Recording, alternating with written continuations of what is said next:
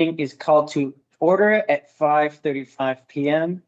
Thank you everyone for attending. We do start with opening remarks before territorial acknowledgements. We'll do territorial acknowledgements first and then do our opening remarks. So we'd like to acknowledge that the University of Waterloo is on the traditional territory of the neutral Anishinaabe and Haudenosaunee peoples. Our organization operates on the Haldeman Tract, land promised to the Six Nations, 6 miles on each side of the Grand River. Thank you everyone for coming. I would first like to acknowledge a few things. First, on a logistical end, this meeting is taking place during Ramadan, so we will be taking a quick 10-minute break at around 6:10 p.m. And then we will be returning. That will not be for our dinner. That will just be for the Ramadan. We'll come back to it.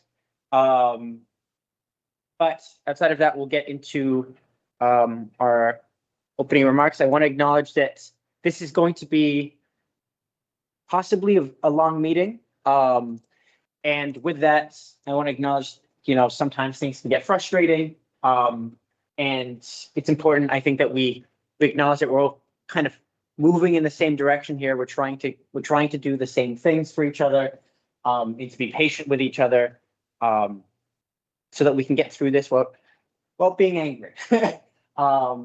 And so hopefully the food helps with that as well. That is my hope. But also, I will be very clear on what we are talking about today. When it comes to some of our stuff, when it comes to AMM setting and other things, we're going to be very clear on what we are and what we aren't talking about. And so we'll get to that a little bit more when we get to those motions. Outside of that, I hope that we stay on topic, we stay concise, and if we want to get through this in a reasonable amount of time, that takes work from all of us. And so I hope to see that exercised by everyone. Any questions on that? Or everyone comfortable with that? Okay, perfect. Thank you, everyone. I have agenda approval next. Mike, is there anything that needs to be added here or added in this section, or can we do it in some of the when we get to like the items? You mentioned that there might be some.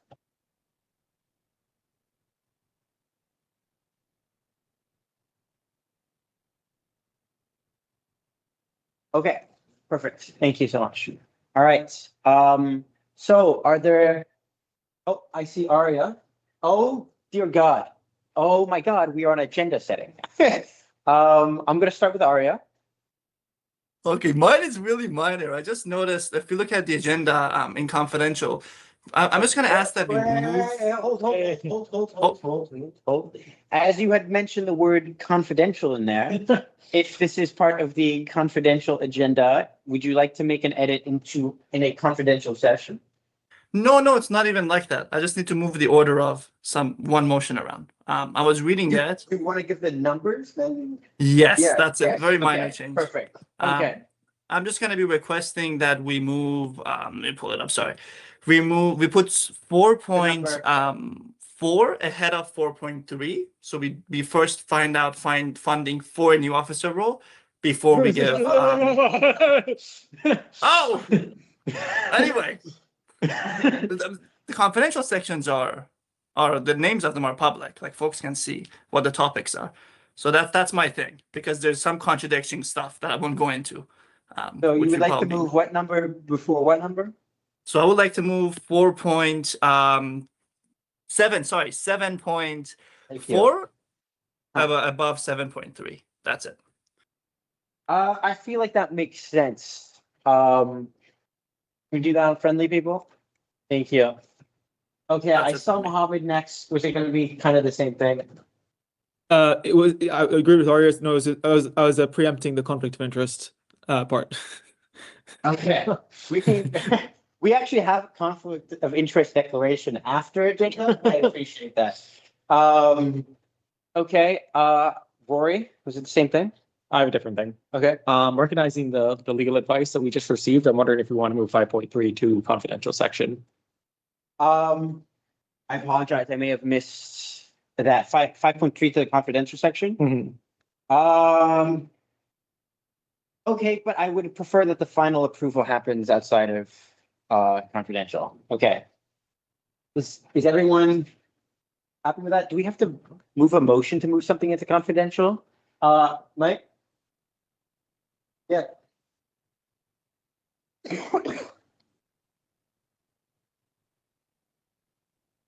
Well, there's not, Would that be satisfying or? doesn't matter. I just feel like it might be easier for the people watching online to get through everything that's, because we're only gonna be hopping off to do reports, right? Yeah. That's the last item before reports. Mm-hmm. So I feel like you just power through reports and then jump into confidential. Oh, we just started at 4. Okay. Yeah, yep. Okay. Oh boy. Okay. Yeah, that seems fair because I want to give a couple of minutes for people to actually read it. So we'll move it in because if I agree in that point. Okay, perfect. Thank you. I was like, how did I miss this? Do we have to move it into confidential through motion or can we do that on friendly? I think we can do that. That's not a real Friendly. thing, but yeah. Friendly. Okay. Yeah. Perfect. All right, no objections to moving that into confidential? And we'll do the final vote outside of confidential? Perfect. Okay. Thank you. Thank you, Rory. Good point. Anything else? Good. Most contentious agenda setting we've ever had. So that's exciting. All right, I'll look for conflict of interest declarations.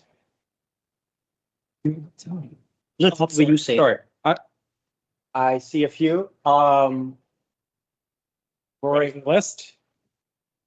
I am in conflict with item 2.2, sections of 5.3 pertaining to the appointment of next year's board. Actually, one second. Let me write some stuff down. See. So you are which ones? 2.2, 2.2. sections of 5.3 pertaining to the appointment of next year's board. Okay. Item 7.3 in its entirety. And sections of 7.4. Samir, will yours just be the? What he said. Yeah, okay. Thank you. Are you able to join the order, by the way? I'm gonna give it to Sandra first. Yeah, I just have it, Damien, just a real point of order. In Yes. Esther's comments, the items that you're talking about in the confidential session are not public. So they should Okay. all be dealt with. All these changes in the conflict should be dealt with in the confidential section. Okay, thank you. I appreciate that. We will cut that. Congrats to the live viewers. Okay, we'll go. Mohammed, next is yours outside of confidential section. We'll have another. Essentially, yeah, similar to Rory, declaring conflict on item 2.2, and then, can you hear me? Hello? Yeah, we can hear. Yeah, declaring conflict on item 2.2, which is the recommendation from Elections and Referenda Committee, and a unnamed confidential item, which is 7.4, to which parts of it I will be in conflict. Are the numbers okay? I would hope so. Well, the thing to remember is what's posted to the public is only Yeah. that you are having a confidential session. So Yeah. you should be dealing with the changes to the confidential section in the confidential session meeting. What about Thank you, declaring Sandra. conflict? That is how I. Same thing with assumed it. declaring a conflict. You can just say you've got a conflict with something in confidential, and we then can Okay. clarify that. that's all you need to do. Thank you, Sandra. That was my assumption. And then we have someone spreading misinformation on board. So. Yeah. Okay. Perfect. No more conflicts in for a public session, please. Okay. With that being said, we will go into consent agenda. God willing. Is there any objections or anything that people want to pull out from consent? Seeing none, we will take the consent agenda as passed. Thank you, everyone. Damien?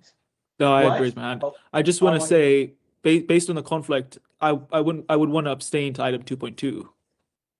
I don't, okay, we'll note that down. Thank you. I don't know if you Okay. have to stay on consent agenda, but I appreciate that. Sure. Okay. Okay,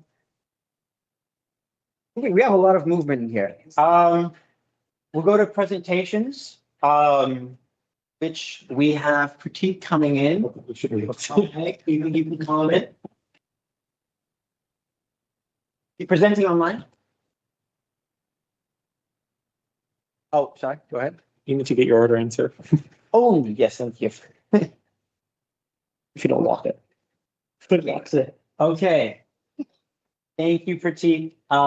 Thank you for joining us. Pratik, I can just hand this to you. You'll be presenting on the hybrid annual member meetings demo. So thank you so much. Perfect, thank you. Yes, yeah, I heard when I got in, you said if I was presenting online, I figure for the topic, it makes sense to do it online, you know? Yes.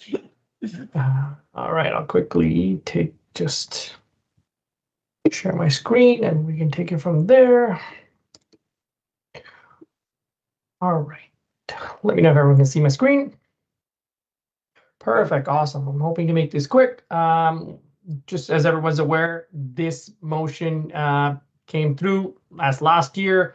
It's not the full motion, but the gist of it was the issue statement that we are having meetings in person causes issues for students who are remote and need an alternative, and then be a resolve statement that we require to find an alternative as possible solutions.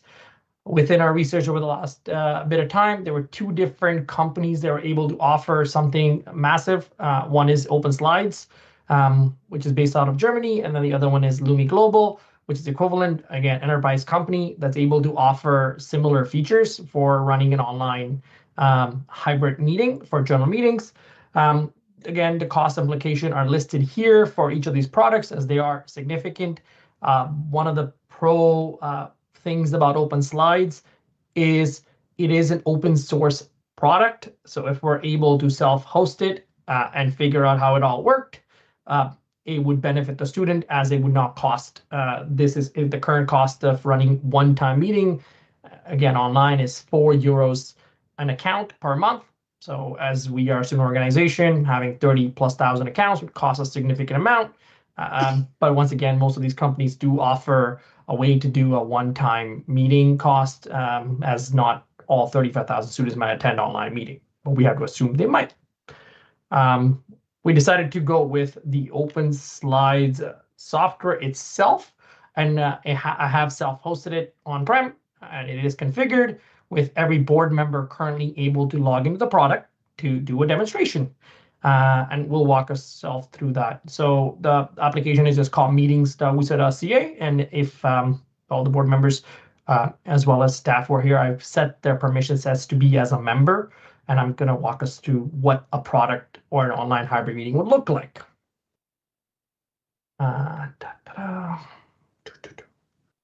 When someone logs into a product, and let me know if everyone sees it when they log in, they're going to be seeing a screen like this. I have edited the first message, which is the explicit, extremely important part for a member to be present.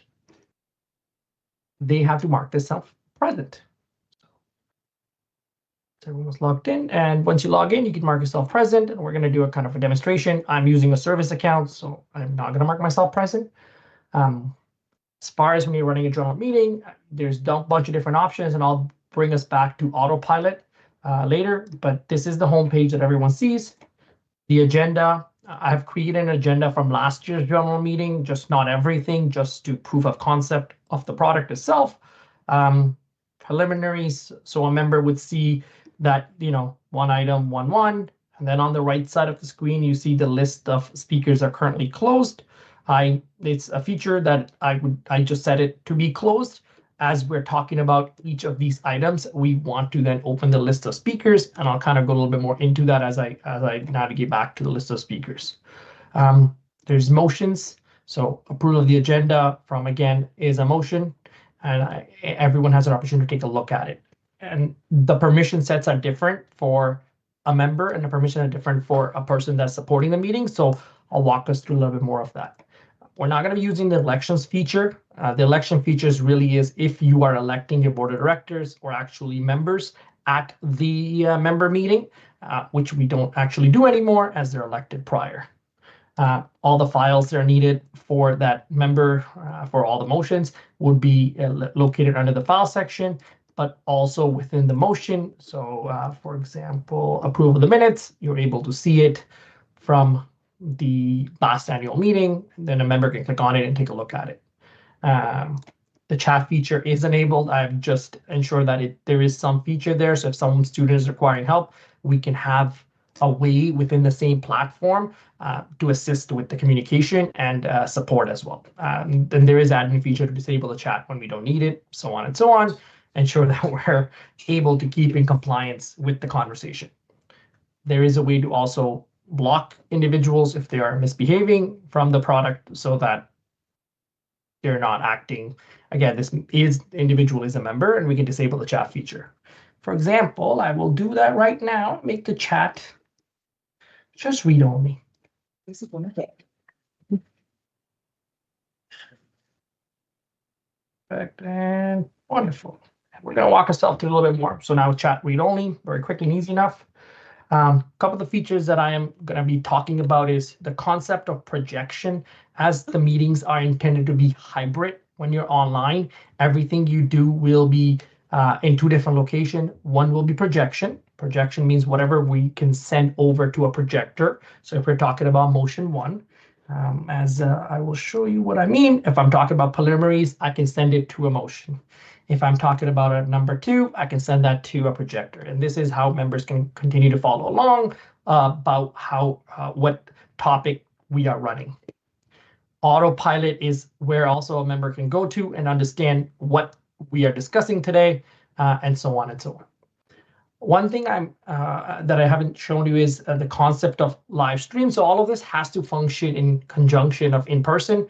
And because I can't run a current live stream, I'm going to just pick one off YouTube at the moment, and I'm going to embed it in the system so you're able to see a live stream. So it might be a hockey game at the moment that I'm playing, but it's just a proof of concept. So you're able to see quickly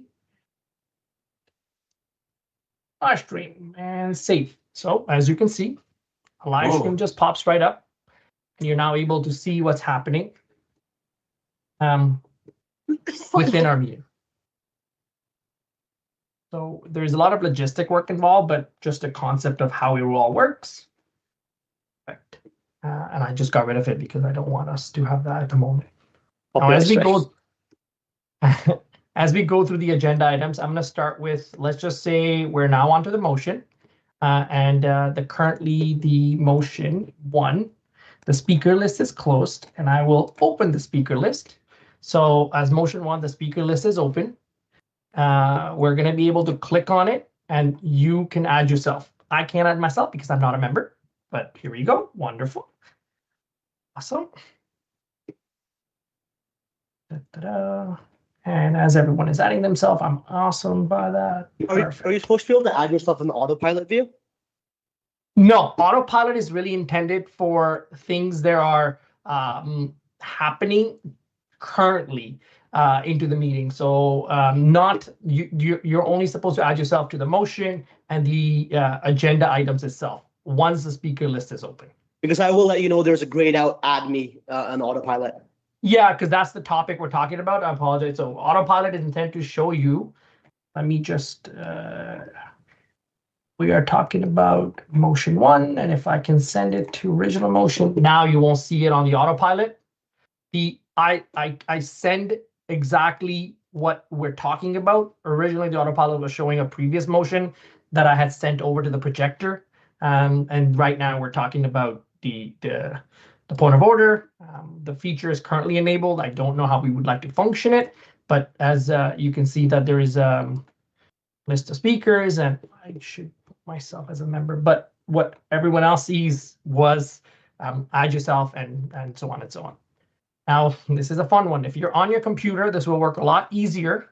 And if you're not on your computer, depending on your browser on your computer, it's going to work a little differently. So as you noticed that the minute I sent a projection command, individuals who are on list of speakers would have gotten a pop-up at the bottom right of their screen about a phone call.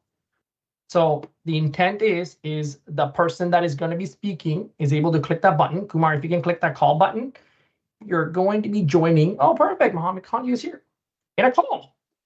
And now the intent is you are only added to the software if you are on the speaking turn. So if it's your speaking turn, you will be. I should make myself present, and there you go. I see it now. I just add me feature. So this is where you have to make yourself present, and you're on the speaking turn, as well as we are able to, on my end, keep track of. You can also have for speech. Again, you have already figured that one out. And then if I start the speech for Prashant as it's his speaking turn, you are able, and then I will stop it once he's done. You're able to see the amount of seconds that he has also taken during that call. Yep, we can hear you. I can hear you. I guess he's trying to check, is it hearing to the software or to the room speakers? It is the, yeah. Yep, Kumar, I can hear you through the software online. So Damien and Mohammed would be able to hear Kumar on their product itself because they're on two different conversations. It's a little tougher to see because everyone is using two different communication software. Okay, so far so good. Okay, and the minute, again, we continue to talk about who's on it and stop it, so on and so on. So we're done, and I will just close the speaker list so no one can be added. Now we're done, and we're going to start the vote because we're still talking about this, and this is going to be a vote. And let's start. So everyone in the system can now vote live on approval of the agenda. What looks so mobile? Vote down the agenda. This is how it Don't looks. ask me how I voted. I'll just say abstain for the user. And I think we're good. I will stop the voting and I will publish the results. So I've stopped the voting. It's live. That's wrong. 3 abstaining for a. The voting method that I have used when I created the election, it is nominal. That means that we will know who has voted and for what. And I can't see it because I'm not an admin, but on this account I am. On this account I am. So everything is recorded. Not all members and their votes are recorded. So essentially the staff member, who is Mike and Esther currently, who has access to that, will be able to see exactly what I see. And the list of members who are able to vote is our members. And again, very, very clear, very easy. Very much you can project this. So I'm going to project this to our projector, as you will see on the autopilot. This is, if you're in the room, you want to know what's happening. And so there's kind of there's a lot of logistic works happening behind the scene to make the application very seamless for what we need for our members to experience online and in person, which is where the autopilot would consistently show what we're working on today and what's being sent out. So autopilot is everyone's home itself. Perfect. The last feature that I wanted to talk about is I contradicted myself when I chatted about this application in November with a couple of the members that were able to attend. I indicated that there was no way to do proxies in the system, which I discovered while I was doing this presentation. There's definitely a way to do proxies in the system. The way the proxies operate is, let's just say that actually I'll give anyone else a proxy. So I'll give myself because I'm doing a demonstration. So I am present, but I am actually not a member of the group of persons. I'm an admin, but I can hold a proxy for, say, WUSA service account. And I can hold a proxy for, sorry,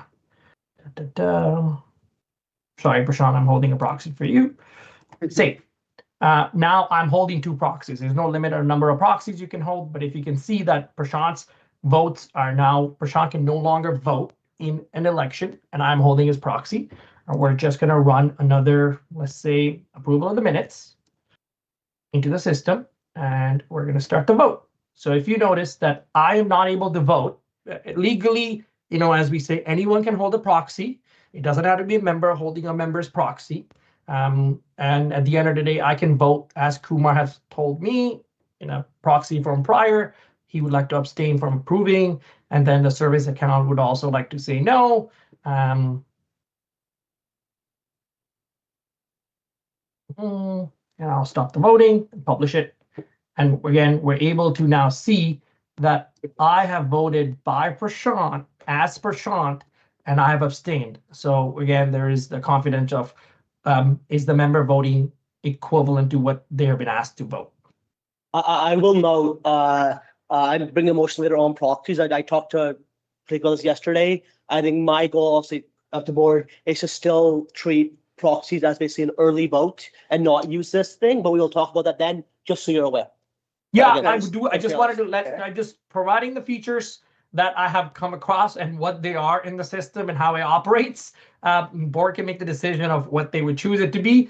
As far as that other motion goes, Samir, I just want to let you know that it's going to be extremely difficult to remove individuals who have voted, because it's going to be, if you do early voting, which is perfectly fine, we just have to go and take a look at every single person that have voted and then remove them from the member list for the next election. It's either or, but we're given a day's worth of time, and I'm not if it's 100 people, it's not too complicated and difficult necessarily. But if it becomes 1,000 people and so on and so on, it becomes difficult to find, because the only way for me to export it out into this from the system at the moment is right now there's only 20 members, right?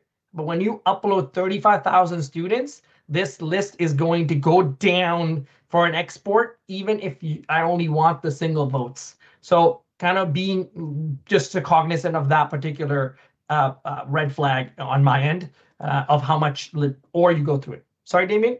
Yeah. I was just gonna ask, for AMM motions, I actually don't know what our policy on this. I assume that votes need to be anonymized. Is that correct? Or is that not? I have no idea. When I spoke to Esther, when you're in person, just Esther's can talk to you about it. Oh, because you'd have your hand up anyway. Yeah. You know how We use the ballot system, so it's not anonymized. Okay, you're right. That's good. Nobody look. One question, just so I'm kind of wondering, I'm talking about this the other day, but like how people like online can hear, is that through the live stream? The YouTube was the trick. We would embed the YouTube stream right into it, so there will be a live stream running on per site to do that. I see. Will be a delay there. Yeah, 15 seconds is the delay for people listening online. But once again, when you put yourself onto the call list, you jump onto a different product and you're talking, and there'll be another projector on site listening to the video conferencing solution and then talking. So, and then when you get jumped onto a call, the live stream button goes away. So you don't really realize you are talking but not listening. So it is a kind of a logistical process. It's the first time ever we're going to think about and navigate through, but that's how it would work. Thank you. Mohammed, that's Thank you. It's a cool piece of software. My question is I've worked with some hybrid softwares for like AGMs, where even if you're in person, you're able to use the hybrid system for voting because it's simpler. Is this a system? Is this the intention, and is that something we can do? That's the only way it would work, because the calculation of the votes and all of that stuff is tougher to do when you're in person voting, if you're doing hybrid voting. So the really intent is as again, when you're on your mobile phone, you can vote, no problem. You don't have to attend the conferencing problem. If you can put yourself onto the speaker list, you can do a point of order as a member, and we give you a microphone at the end of the day, right? It's always, it has to be 100% voting to be digital. Just so that it's all calculated correctly and we know that that member is an actual member and things like that. Thank you. And I just want the last feature to show, sorry, and it was the concept of amendments. So if there is an amendment, you select the motion. And I just wanted to show, and you're able to then amend, say this is going to be 2025 and create. You're able to see amendments like this, and you can also see the entire motion if things change. Just wanted to show on that. So it does have a functionality for amendments as well. And in my motion, you're able to see the amendments too. And again, this is all logistics, but we have to rename things to make sure that they align with what it is. It's more humans involved in the back end doing the work, but the capabilities are there. Things. Skylar has a question. Sorry. Skylar, I think had a question, or Oh, yeah, Skylar, go ahead. I just wonder, like, do we have any, in case this fails, like day of, is there any like contingency plan or backup? The software just happens not to work. There's a lot of features of the software that could and potentially fail.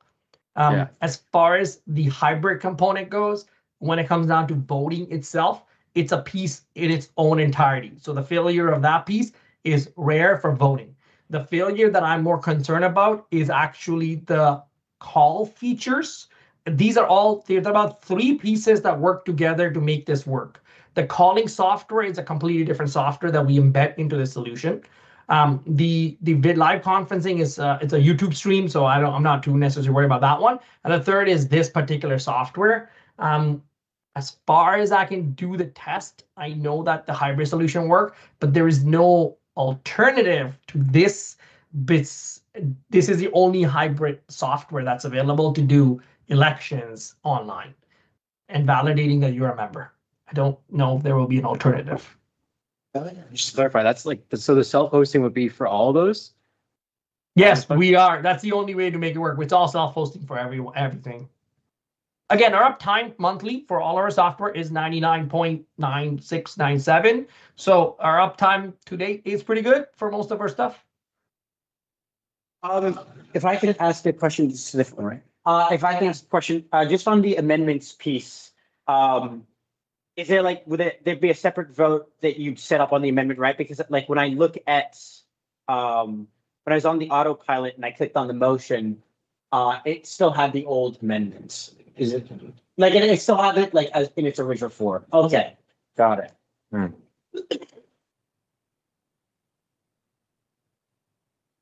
Pratik, you're muted. Yeah, you do it on the fly and you click start. So the system is very much, as you can see, the voting has opened. You can vote for that particular motion. Okay. Very clean, very fast. It's going to be few hands on back end supporting these features as we are navigating through each motion, each change, each components of the member meeting itself. Thank you. I think we'll. Yeah.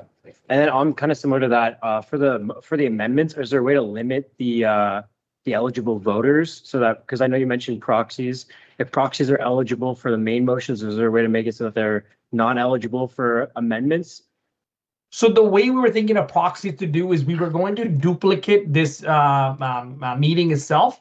And then we would ensure that the proxies can't join this vote. Now, what you said is correct. We can't make it so everyone that's a proxy member is not able. The system is capable of allowing us, and I'll do as an amendment. This is an amendment, and I'm going to just reset the vote. When I go and create this particular vote, I am able to choose. So what I would do is I would create a secondary group, call it proxy voters, and all you have to do is allow it. So for example, if I only allow admins to vote in this group, no one here besides me is able to see that. So very, very granular. We're able to decide who has access to that particular vote. So if you choose to do amendments, we can ensure that proxy voters can vote. As far systematically, yes. Logistically, proxy voters were voting proxy because they weren't able to attend the general member meeting as far as this whole software is concerned. But we'll make sure that its capabilities are there. And we are legally allowing everyone to be present and vote. Thank you. Okay, good question. Okay, what? Is this super important? Just as a reminder, we have a long meeting. No, that's fair. I was just wondering, is there a video going to be made explaining how to use this sent to students? Because it is quite a complex software. I did last time. The committee met about 2 weeks ago, and we did talk about needing documented process, making it very easy to understand for the members on how to use the software. 2 weeks ago, unfortunately, I didn't have everything ready for the committee itself, but everything is now ready for the committee. So what we would do is once a member logs in, just like how this picture is set up here, we would have a YouTube video link or so on how to use it. And I think that might be, I can work with the marketing and communication team as emails are going out to our members for the upcoming member meeting. We can provide the documentation early on as everything is technically ready for our members to understand how it works and so on and so on. Yeah, I just want to say, I think the autopilot's very clear, and I think if we point as many people to just be like, hey, just click on autopilot, you don't have to think about a lot of this stuff. And the other stuff is just if you need it. That's very good. I think the call feature is what's going to need the most understanding.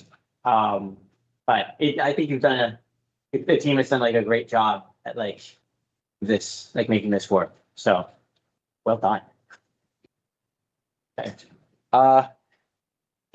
Anything else, Pratik, or is that kind of the end of like the demo? That is the end of the demo. The product itself is self-explanatory, as you indicated. Yes. Okay, perfect. Sorry, were you saying, was there something that needed to be discussed here and now, or? It's a later motion I have on proxies. It's how it's going to relate to the software of how we handle proxies. Okay, perfect.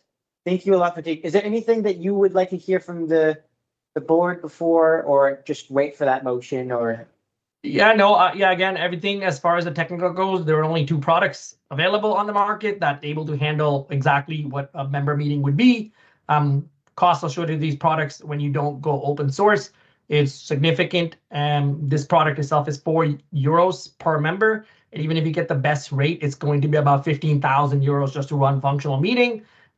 So this is the only product available to run a hybrid meeting. So I just wanted to go back to the original motion of how we can run a hybrid meeting, having these features of amendments, motions, elections. It very clear after the research is everything is available in this product because it handles everything, not just an election. Yes, right. No, great job. Thank you. Thank you a lot, Pratik. Oh, okay. I'm sorry, just to follow up on that. So it's 15,000 euros is what we're paying, or we would have? That we No. would have paid for the. Okay. Yeah, it's okay. free because it's all hosted on-prem. Yeah, It's like, that's good. if you were to get like a company in Toronto to come and do the video connect and everything, Yeah, about 20 to 30,000 for that. yeah. It's all- And that doesn't include the intricacies and customization. So is this about the cost that we're not spending again? No, I'm That's getting, exactly- I'm actually oh, sorry, were you talking to me, Damien? Yeah. Okay, no, Is this about the cost that we're already I'm not out of the spending? cycle. No, so there's something I'm not understanding about the current conversation, some clarification. So maybe it's a 3. Yeah, go ahead. So wait, so the cost of the system is €4 per account if we're purchasing it from them, but because it's open source, we're doing entire hosting internally, so it's not going to cost anything. It's not going to cost anything. That's exactly it. It's not going to cost anything. Okay. I just wanted to be cognizant of it's not necessarily a free product as per se. It's only free because we're hosting it in-house. And we have the resources to be able to do that. And it's if you use this product externally, it is €4 a member on their website itself. The 2 products are available.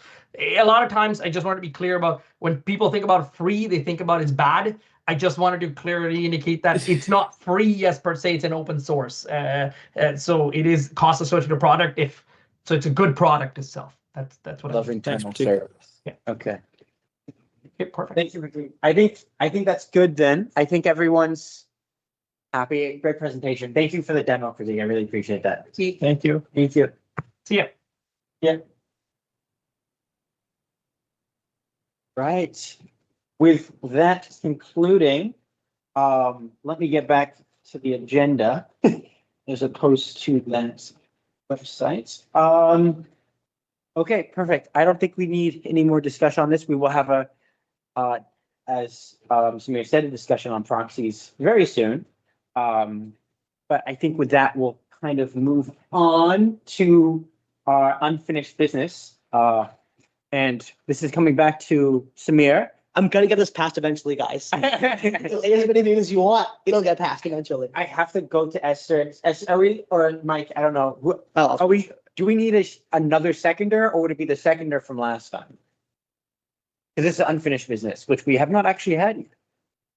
I think you can have a secondary for this time. Okay, who would love to? Rory. Okay, perfect. Seconded by Rory. Samir, would you like to take it away? Talk about. happy to. This is cleaning up the final sections of our policy and bylaws. If we want to go into confidential assemblies last time, we can. I like that concern was also cleaned up, so I'll leave that to. I have a question just before we do. Yeah. You, some of the feedback that came from last time that. All incorporated. Okay, perfect. That's great to hear. Do you think that we are going to have a discussion on some of the stuff that we discussed in confidential? I apologize. I hope we don't, but it's up to people if they want to have it. I mean, the bylaws are public, right? So Yeah. it's. Even the section left. Which section would we have, do you think we might have to go into confidential again? You can say that, right? I believe. I think I remember. The numbering. I don't remember the number. That's a fun question to ask if the thing is Can public. we just go into confidential for the sake of caution? Okay, fine. Can I move her into confidential? Looking for someone to move. Moved by Samira, seconded by Mohammed. Any against moving into confidential? Fantastic. Point of privilege, Damien. Yes, Mohammed. I thought you were second. Go ahead. No, I was saying, I think we had initially said we were going to recess. Oh, thank you. Apologies. I had lost track of Okay. time. Thank you, Mohammed. We'll take a quick recess. And we'll actually talk about that'll make a lot of things easier. We'll take Appreciate a it. quick recess, about 10 minutes, and we'll be back. So we'll see everyone at 6:27. Apologies, Mohammed. Wait, what's the confidential? We're in the. Wait, Mike, let us confirm when we're all out of the YouTube.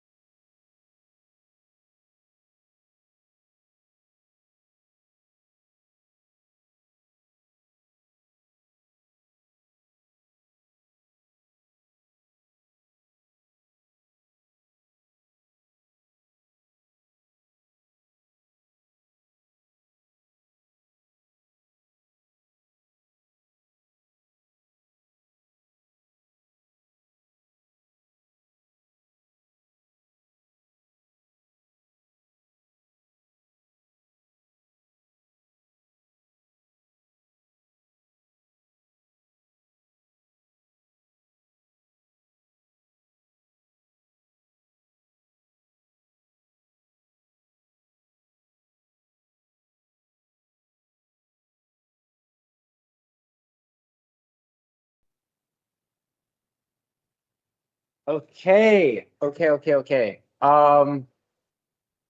actually didn't really explain, but that's okay. I don't think we need to. We're moving to confidential? You choose. We already did.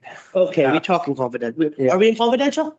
I feel like Mike just said we're Why, they didn't do a vote on this. Okay. Should we feel like we could remain in as long as we're not referencing anything? I Mike, think not it should just be that good. we're in public. Yeah, we're in public, so I don't think we need to move back in. Okay. Okay. I will hand this back to our friend Janine here. Triple check. We're in public. Okay, I want to make sure I'm not doing it on time. Okay.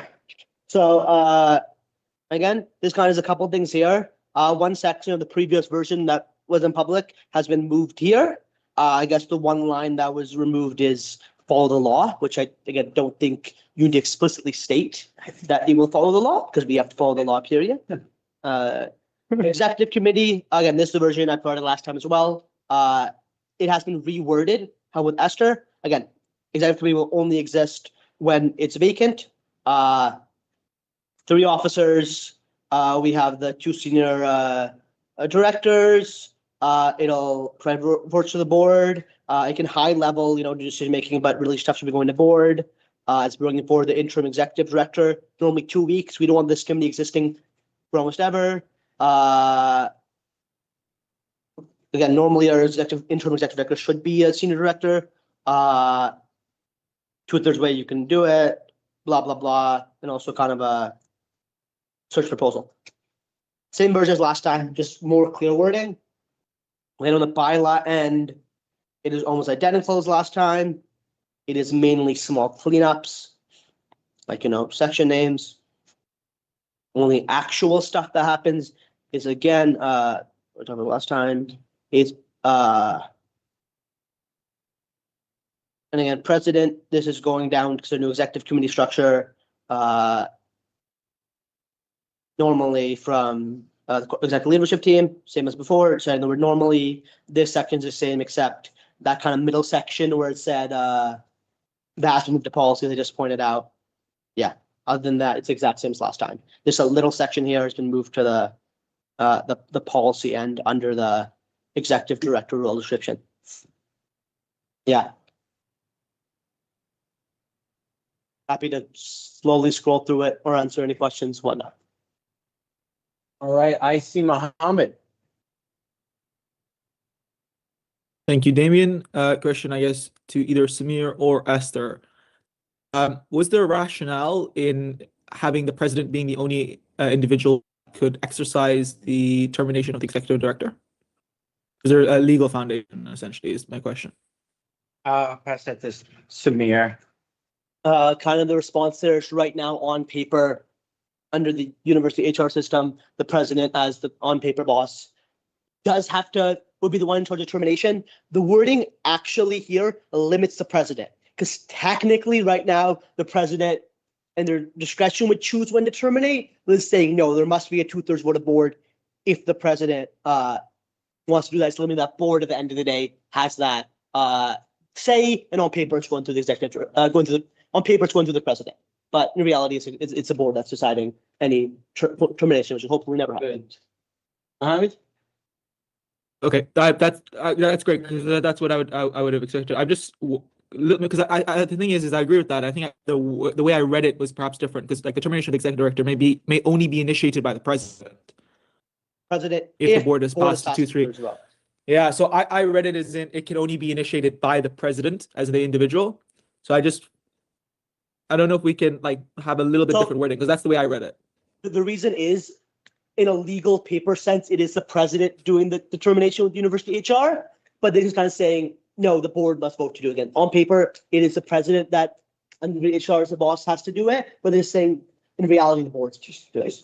Okay, Sandra might be weak to it, so I'll just give it to Sandra. Yeah, just a suggestion that you change if to once. And then that makes it pretty clear that the board has to do it first, and then the president initiates the paperwork and all the rest of it. That's friendly with me. I was just gonna say, I apologize, Mohammed. If we're just doing this because like I don't like writing our own policies based off of the fact that the university has their own way that we do things. In many ways, if the board passes a motion that would terminate the ED, close your ears, Suzanne. Then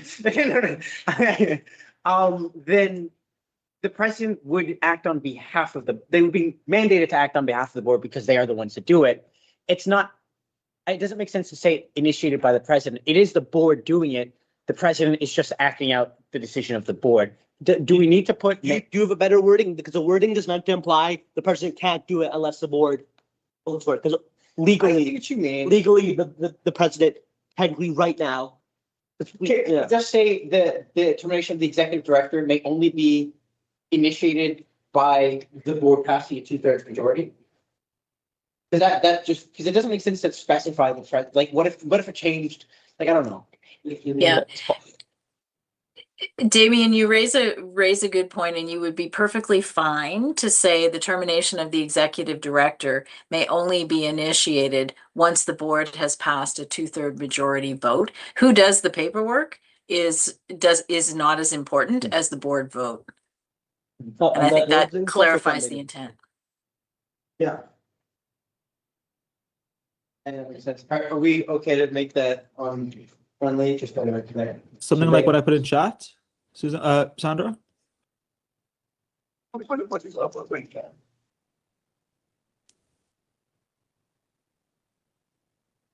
Actually, Mohammed, you still don't need through the president. The termination of the executive director, full stop, can only be initiated by a 2/3 majority vote of the board.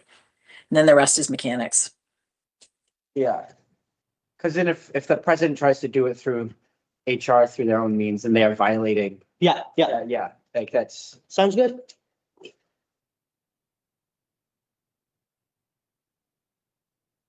okay. I did see Rory with the one before. Okay. Mohammed, go ahead. Appreciate it. I hope this is my last point on the motion of the evening. So regarding the executive committee, I think for a plethora of reasons that we've talked about, even on a GovCom angle, there's potential for concern. I think in an optimal scenario where we would have a vacant ED position, there would have been sufficient time to work through what the progression would look like.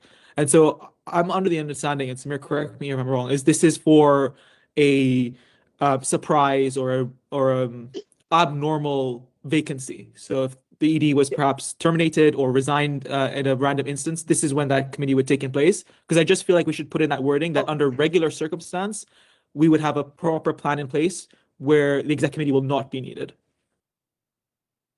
So in my mind, if there's a chosen successor, if the ED steps away, like board would have already appointed them starting X date, so the position would never be vacant.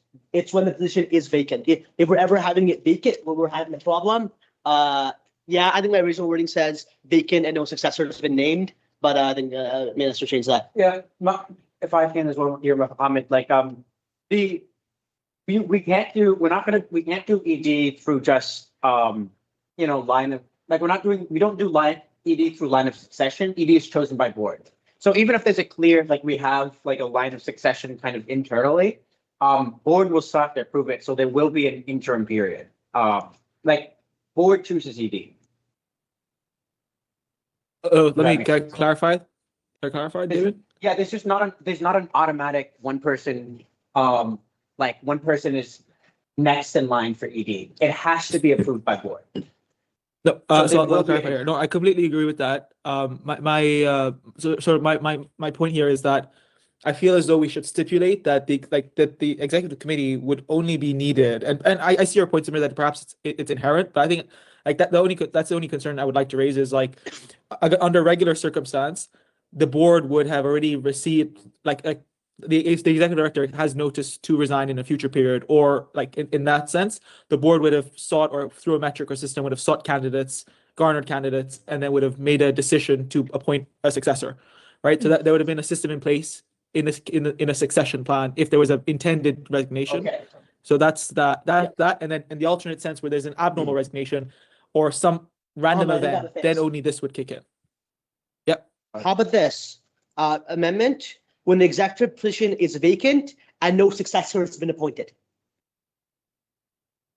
So, Mohammed, if I can, what you were saying is implicit. Like that's like once if the once in my mind, appointed, like it's been appointed. like let's say the executive director decides to step away effective March 1st. So we find out today.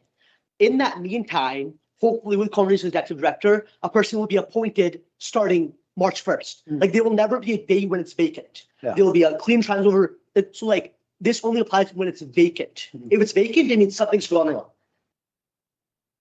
Mohammed, go ahead. I'll round it off there. Apologies. I see Arya. Is that a 2 or 1? That's a 1. I'm gonna be calling the question, so that's a 1.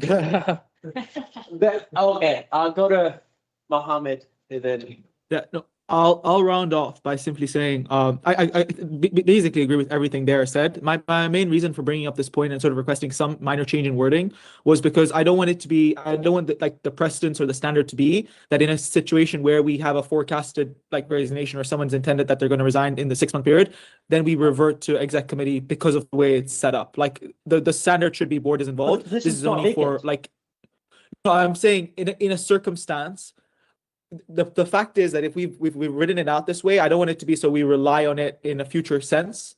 Like I'm trying to my point here is essentially the de facto should be board, and this would only be in like I really feel like the word emergency should be in place, but that's just my opinion, and I'll leave it there.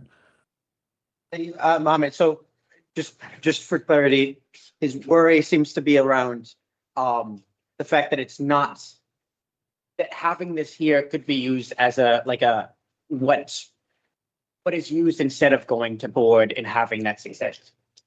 I will say I think these are 2 separate topics that you can have both. I don't think it needs to be here, but I think I understand you right. Technically, next in line is Arya, but I know Arya, you're about to call the question. Is that correct? Yes. Is there anyone on the speaking list? Skylar. And so like, that's the thing is I don't know, Mohammed, are you going to be pushing for an amendment here? Because it seems like your issues with this specific conversation, right? Okay, I'm gonna withdraw then my turn and just see how it goes. I'm gonna withdraw my speaking turn. I'll have I'll end my I'll have a think, and then after Skylar, I'll let you know.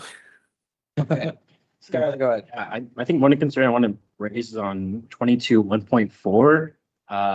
That whole section is just quite intentionally broad and doesn't lay out anything that the board will actually, or sorry, this executive committee will actually do. Like, what do they have independent privilege over? What requires for consent? I would like to see a little bit more detail on that, like, providing high level oversight. What does that mean specifically? And then like supporting continuity of the decision making, again, quite broad. If there's more we can dive into, it'd be good. I mean, it's kind of broad on purpose. Again, there's supposed to be like an emergency committee existing for a week or 2. And it's meant to be like, it's kind of taking the quote unquote place of the ED during that time. Originally I had a word it takes on the roles of ED, but it's kind of meant to say like, senior directors are doing most of the work during the time. Any like decisions to be made, the committee's making it. It was meant to be high level. Again, I believe it says somewhere, will have reports to the board at each meeting and shall refer matters requiring board approval to the board for consideration and decision. So that part also is important. I guess only like decisions you'll be making is like operational decisions. If the senior directors need advice during that. I have a question. Is there a reason why? Because from my understanding, the executive committee is acting as the executive director in many cases. Yes. Is there a reason why it didn't just say? Maybe there is. Just say like fill in the roles of the executive director in the absence. That was my original wording, but Esther can answer go ahead. that. Esther, So the executive committee wouldn't be acting as the ED per se because they really don't have that operational experience like to manage the things day-to-day operations of the organization. So it's best that they still work very closely with staff, and then they're providing like they're providing oversight, but it's a lot more higher than the way that board would be providing oversight. Like Samir had said that they would be connecting with the staff and then providing guidance and oversight on operational items. Pass it to me, Samir. Yeah, I think it's kind of, in my mind, it's the middle of between where the ED is and the board is. We're kind of, again, it's taking the senior directors and the corporate secretary are also on it. So it's like, it's taking updates from the senior directors, in my mind, like, is there a decision that need to be made that week that the ED would normally make? On advice from the senior directors of the staff, it would probably have to make that operational decision. It's stuff like that. In my mind, it's kind of that middle level, where kind of between the two, if that kind of makes sense. Like seniors, like we think X should happen here, or like we're kind of conflicted on what to do in this thing. And then with the advice of, those three officers, the two senior directors, whatever other relevant staff and the corporate secretary, they kind of make that decision, their operation. I'm so sorry.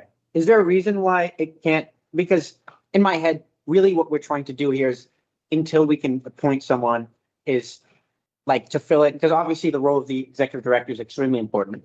And so, or doesn't want to just like give that power to whoever they want to have a decision on who gives it. This is kind of like the backstop until then. Is there a reason why we can't just have the executive committee can delegate that power to like some of that decision making to? Because like really, like if the executive committee doesn't have the skill set, which I would agree that probably some of them would, some of them won't, they can still, just like the ED can delegate their own roles, the executive committee could delegate that role as well. Is there a reason why we can just do it that way? As opposed to, because I just see us getting weirdly specific, when really we are just filling in the ED and then just distributing the load a little more. Samir. Like in my mind, again, like a lot of like any decision the ED would currently be making would be made by this committee with advice of, the two senior directors of the relevant staff. But like a lot of the day-to-day decisions in general are already made by lower level staff, and that stuff's strongly impacted. That's kind of what I mean. Like let's say there needs to be a decision made on an X topic that week due to some sort of other crisis that was happening. Like that's when on advice the senior directors will be making here. I don't really have a say either which way. I think Esther, Suzanne have other thoughts they can share, and you guys make amendments if you want. If no one else really feels strongly on it, I guess I might have a little straw poll, but I don't want to circle on it too much. Then it just feels weird to me. I see. Oh, okay. Arya's going to call the question. Mohammed.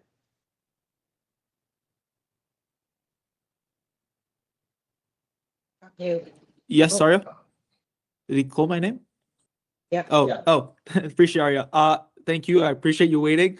I'm hoping mine will be friendly. There are just a couple of minor changes to the wording. Samir, please take a read. And then I think I'm happy with the motion as is.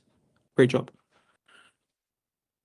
Where are the changes, sorry? All changes are in chat. All changes are in chat. All changes are in chat. I think Sandra has put one for item 1, and then I made one small word change for item 2. And Sandra just put something for item 1.3, which I've not read yet. So let me read that. Frankly, I like the current wording, to be honest. Sorry, Mohammed, which one are you suggesting? Yours or Sandra's? So Sandra's and mine are different sections. So I'm perfectly happy with Sandra's, and then like the first item 1 and 2, the beginning text have the similar text on what it describes. So it's just small changes to both those. Mohammed, I don't know if you're moving an amendment here. I'm just gonna I haven't heard it yet, but I'm just gonna say if you put in no successor has been appointed, a successor can be appointed, but like without like having taken, like having started yet. And so you are opening us up to a weird in between area. This feels very unnecessary. So that's my final. Which one are you talking about, Damien? And no successor has been appointed. So I didn't add that. That was originally there. I didn't add that. Where?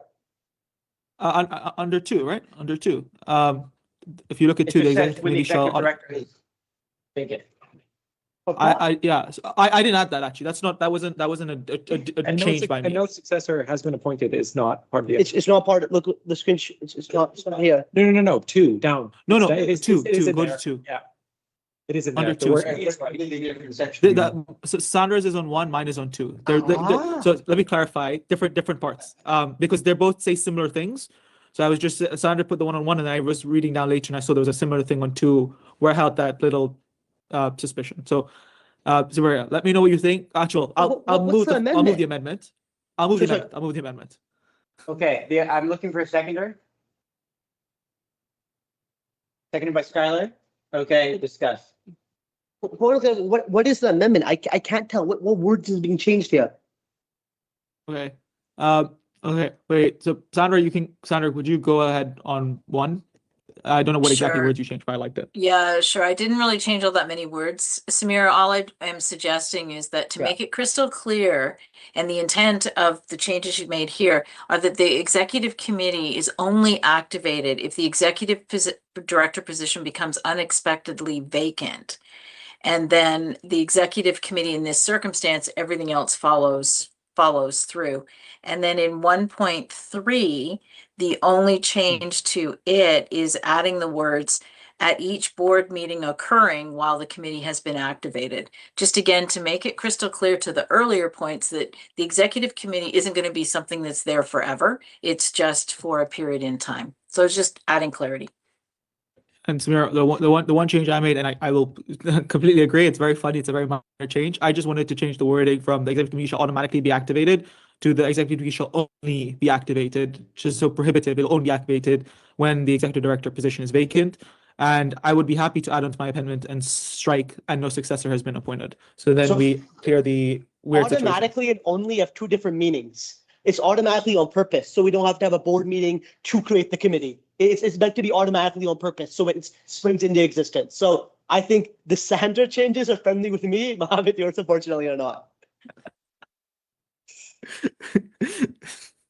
So can I ask this? Can we do a vote on Sandra's changes first? And then I apologize. What is 1.3 again currently? Because you're saying it's on friendly and I don't know if it is. Matter. Sorry, Sandra, can you read it out again, please? Sure. Damien, the only thing I was adding to 1.3 is the executive committee will provide reports to the board at each board meeting occurring while the committee has been activated. And then the rest of it stays exactly the same. Because right now it implies that it's every single board meeting, which it won't be. Yeah, I suppose that's fine. Okay. And for Mohammed's, yes, it is a different thing. I've changed the wording in the chat. Sorry, Samira, it matched. So also, I don't think Sandra can move an amendment. No, Sandra's not moving the amendment, Mohammed. Mohammed is. So yeah, Mohammed, so then how so no, that's why it's find it funny that how can we vote on part of the amendment? Yeah. So we're currently in an amendment that was first, second. No, Mohammed, I haven't said anything yet here. That Samir's not the chair. Samir can just say it's taken. We are in your amendment, okay? Yes. Samir will probably be able to just like if no one objects to put it on friendly afterwards. But yes, your amendment has not passed with anything or anything yet. Okay. We're good. Okay. Damn, can I have one very quickly, if that's okay? I'm gonna do like 10 seconds. Okay, perfect. Okay, okay. For board's reference and specifically Samir's, please take. I'm just gonna put the final wording that's in the amendment below. Please refer to that, and then that will be what is up for discussion. So you're striking out this section and adding the word unexpectedly here. Am I correct? Matching Sandra's wording because you like that, and yeah, your point about automatically makes sense. Why you strike unexpectedly vacant and you're striking out no successor shall be appointed, and then we have the Sandra change here. I don't understand. What is changing there? So for this one, Damien, automatically be activated in the executive director. Unexpected, as adding the word unexpectedly here is unexpectedly vacant, and then it's striking out this. Mohammed, you're opening and us no up successor shall be appointed. you're opening us up to weird loopholes here. I feel like this is a strange hill for us to die on. I saw you mentioned that before. That's why I struck out, and that's why I struck out, and no successor has been appointed. So then you have that weird period where you can have a vacancy and a successor. You're opening us up to debate around what unexpected is. You're opening us up to like weird, like this. This feels like opening us up into some loopholes that could end up being problematic if something like this were to happen. Especially if the executive committee is contentious or whatever, there will be debates on whether it was truly unexpected, whether there were signs. I don't like this. It is very I'm seeing the signs. I'm going to do a round, and then I see Arya there, and then I will call on him. So I'm gonna go Samir, Mohammed, and then Arya. Call the question. Just call any question. Can you let Mohammed speak first, or is that okay? You can go first, yeah. Mohammed, go ahead. Thanks. My main argument here is the reason why I see the need for this is if there is a time in which, and as Damien quoted, the question of unexpected becomes ambiguous and it becomes a point of contention, then I feel then the board should have a more active involvement within this. And so I feel like that point negates the argument. The main point here is essentially just ensuring that on a regular level. Again, this would only be in place in an emergency, unexpected, abnormal situation where this committee only needs to convene during that period, during a possible termination or early resignation. But under all regular circumstances, the board in its entirety would be involved in the executive director appointment to fulfill a successor. So the point of the adjusted wording is essentially to make that clear. I yield back. Follow the question on Mohammed's amendment. Okay, is that seconded by Rory? I will second it, yes. Yes, okay, calling the question needs a 2/3 majority. All those in favor of calling the question? I think. Okay, that's everyone. I don't know who's the plus one. I think Katie's, I don't know if Katie's returned. Or, no, Marcini left. Katie's here. I am here. Okay. Hi, Katie. Okay, the question's been called. We'll go on what? It's on the amendment. On the amendment, yes, which is in the board chat, well, the chat of the meeting. Does anyone need me to kind of clarify what the amendment is? Yes, okay. So the amendment is, there's one to item 1.3, which says, that edits 1.3 to say the executive committee will provide reports to the board at each board meeting occurring while the committee has been activated and shall refer to matters requiring board approval to the board for consideration decision. The only thing being changed here is adding while the committee has been activated.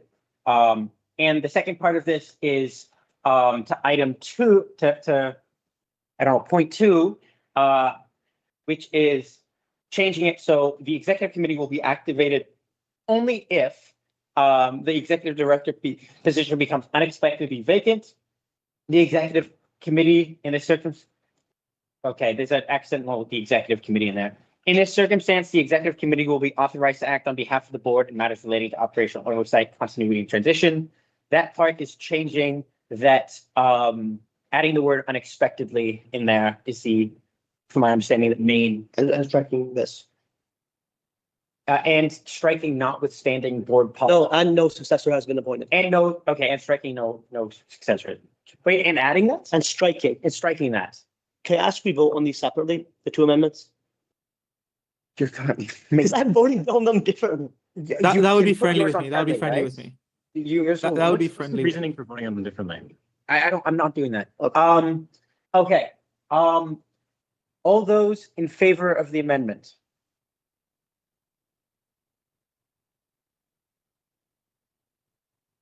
Okay, I see 1, 2, 3, 4 in favor. All those against the amendment? 2 against, the amendment passes. So the amendment is there. Sorry, 3. Andrew voted against as well. 3. Oh, and You, you Andrew. against? Okay, thank you. So 4-3, the amendment passes. Okay. So we are on to the next of the rest of your If there's no more questions, can we just vote on the overall motion? Aria. I'm calling the question. I'm sorry, Mike. Yeah.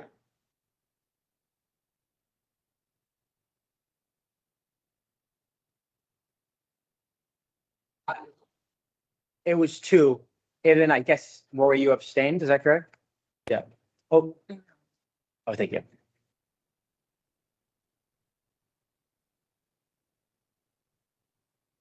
No one else abstained that I could see. Okay. Aria. Mr. Chair, I'm calling the question on the motion. Sir, no one had their hands up. Can we not call the question? Okay, No one cool. else Let's is just speaking vote. order. Okay. It's a safety mechanism. Okay, cool. Thank you. I appreciate you. All right, we'll go to the vote on the motion. All those in favor of the motion? Okay, I see 1, 2, 3, 4. Ooh, 1, 2, 3, 4, 5, 6. I can't see Andrew or Katie. They're voting in the affirmative. Okay, so I actually didn't see Remington, if Remington voted. That was Wait, the only did- one that I don't know. wait, is Remington here? Yeah. On the Yeah, online sorry. meeting. Are we voting already on the motion as a whole? Apologies. Remington, did you vote on the amendment? I did not, no. I meant You- to, but I didn't. Remington, what was your vote on the amendment? Yes, Okay, yes to the amendment. Okay. Thank you. yeah. I didn't say Okay. anything because yeah, Okay. that it could've was been yes, and yeah. Okay, cool. All right. So yes, Remington, what is your vote on the final motion? Yes. Okay, there we go. It's unanimous. Thank you. I'll ask that we all pay attention to the meeting. Okay, perfect. We have finished unfinished business. Well done, guys. We're on to a less contentious topics. 5.1, the Governance Reform Committee. Yes. It is, I said what I said. It is being moved by Mohammed Kanji on behalf of the Governance Committee. I'm looking for a seconder. Seconded by Damien. Okay, yay. Mohammed, would you like to go on ahead? I appreciate it, David. Thank you very much. And very good evening to everyone here. Yes, we are now presenting the terms of reference for the committee. I hope you've had time to look at it. That was looked at during the last meeting. So we will be voting on that item today. If you have any questions, please let me know, but I'm not going to go through it because I hope you've had the time to review. The secondary piece that is coming today, that is not a votable item, but it's for consideration, is the Governance Reform Committee report. So that report essentially entails the work the committee has done over the last 11 months. And that report will go alongside the TOR and the entire motion that will be put forth at the annual members meeting, alongside the officer compensation recommendation and the entire piece in one go. And essentially, that is our summary of our work. We've got some advice that we don't need to necessarily get board approval on it. So it's mainly for your consideration and for you to flag any potential things we'd like to discuss. And that's honestly everything from me. And I'm hoping we can have a pleasant end discussion on governance reform for the entire year today. Thank you, Mohammed. I'm just going to say, we started this conversation at 7 o'clock. I have an internal clock in here. I'm not going to tell you what that number is, but if we go over that time, I'm going to start being adjourned. Okay. Start? Yes. So, Looks like they already started. all right. Aria turned his camera on for this, which I appreciate. And by the way, anyone who is online, if you've not turned your camera on, I would expect a reason. Otherwise, please turn your camera on. Thank you. Aria, go ahead. Awesome, thank you. So I'm not going to start the conversation that we had in governance committee, and I'm going to ask that we all watched it. So let's not dive into the debate. The only thing I'm going to say is that as it stands, I'm currently going to dissent because of one clause, that is the independently elected at-large students instead of appointed. The straw poll we did in the committee was very close. So I'm just going to ask, can we do a straw poll at the board level see where most folks sit. Outside of that, I think the rest of the clauses and recommendations within the committee are fine and not a concern. Sure. Yeah, we'll be able to do that. We'll give it some time to discuss it and we'll do that. All right. I see. First of all, I just want to second what Aria has said, that if we can, a lot of us have been at governance committee. And so I would appreciate if we don't rehash the exact same conversations that we had, if you had your chance to talk about them in depth. So I'm going to Rory. So getting back to what I was talking about at governance committee, I guess my one piece that or a couple pieces that I would want to raise, the first of which is just in the ED's public report, there were raised some staff concerns with regards to the timeline of 2 days. And I do note that this was something that was talked about in the governance committee itself. But I guess I want to have a follow-up on that of if this is, an ongoing piece that there are staff concerns that exist around, whether the board would be open to have discussions around that item, is sort of what I'll start off with, I guess. As it Samir. I think the amendment we made at last GovCon helps address some of those of where not, if there be foreseeable reasons that 2 days will be a problem, committee cannot. You can say, hey, we don't need to do this. We can do it normally at the next board meeting. So I think that solves a lot of it. And I think like the committee will be reasonable. Yeah. Okay. Yeah, Suzanne. Sorry, I was just trying to think of how to approach this, which would be, I know that the conversation around, yes, we can pull those things out and do whatever. Would there be a mechanism to create that conversation happens at the end of every committee meeting about whether the items that are on the agenda need to go into that automatic piece or not? Like, can that be part of the standing piece? Because I think to ask, and I think part of the concerns that we have is just that if you've got an agenda with 10 items for us to read through everything and try and identify and whatever, like, just creates a lot of work for us every single time versus if you folks identified it and shortlisted it for us, that would be kind of helpful. Apologies. Go ahead. Yeah, I think with the mechanism we built in, we give the committee the power to do that, so I'm more than happy next year. As long as it's photo done as opposed, like. We to build that into the agenda. Okay. Yeah.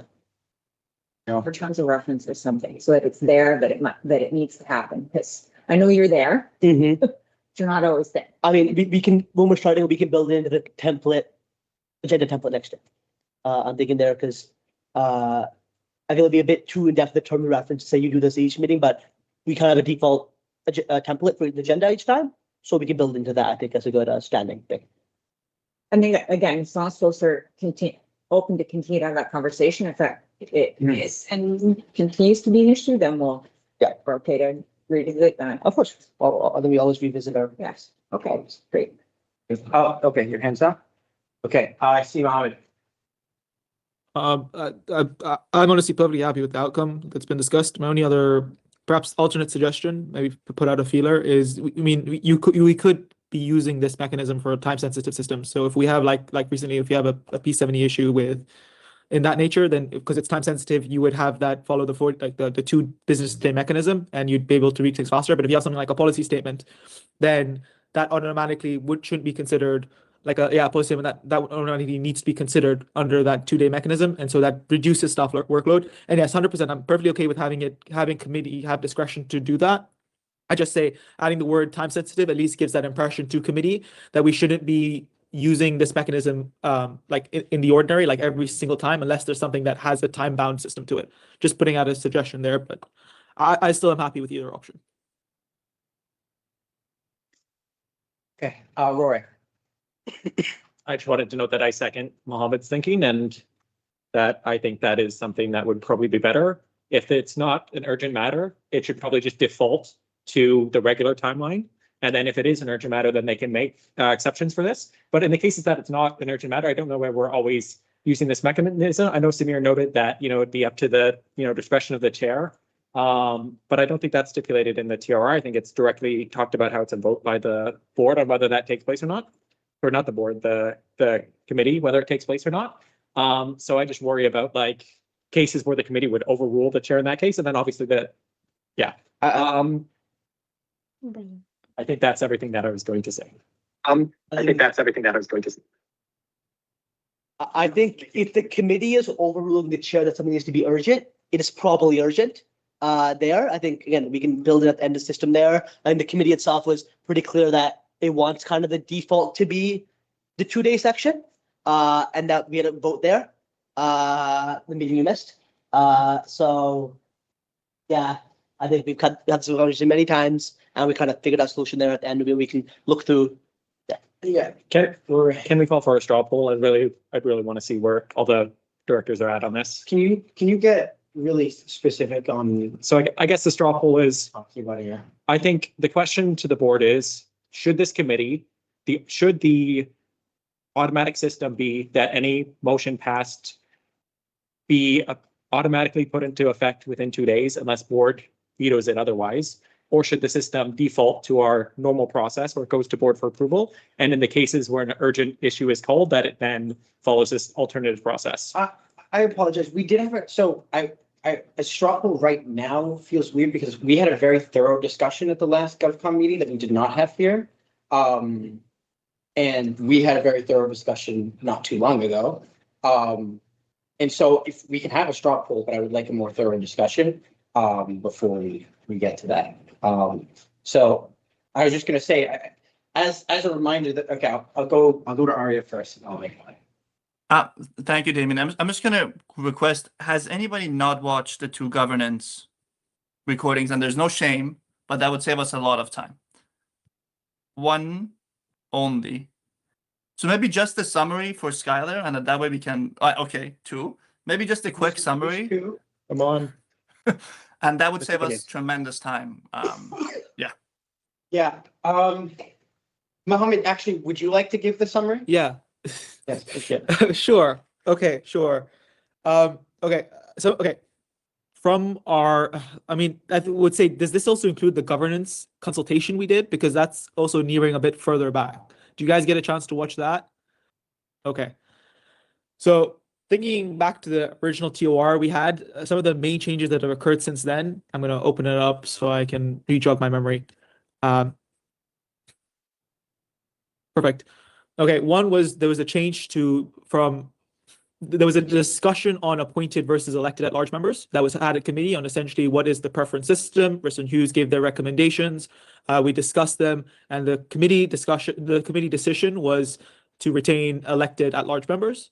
The secondary discussion was on the need to have this system, which I'm gonna now start calling it the provisional system. So essentially, where a motion can occur and take effect within 48 hours without unless a director or 2 directors have raised their objection. So this provisional effect system would occur automatically for any motion passed by the advocacy committee. That was a discussion on whether it's need be for everything or it's only necessary for emergent or time-sensitive motions.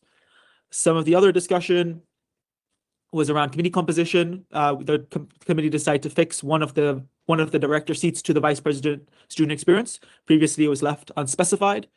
The committee also has now, the committee has also specified that the executive director has the ability to withdraw a motion under the provisional effect system, and it's or a designate as well. So it's the executive director or designate in a situation where the executive director is not present. Additionally, we also circumvented a couple of different advanced systems. So the way I envision it, so maybe not fully represented with the committee, but the way I looked at it when I was helping draft the TOR is you would have like a couple systems. So under regular committee operation, so committee meets every 1.5 months like board does, they would pass a motion and then obviously up to contention of how it goes. But if like, let's say it's an emergency or a regular motion in its current state, it would go to provisional effect where board would be given 2 business days to raise an objection, and if they do, the motion cannot take provisional effect, to which the committee can act on it. Now, this is the regular system. We also have a quote-unquote emergency system.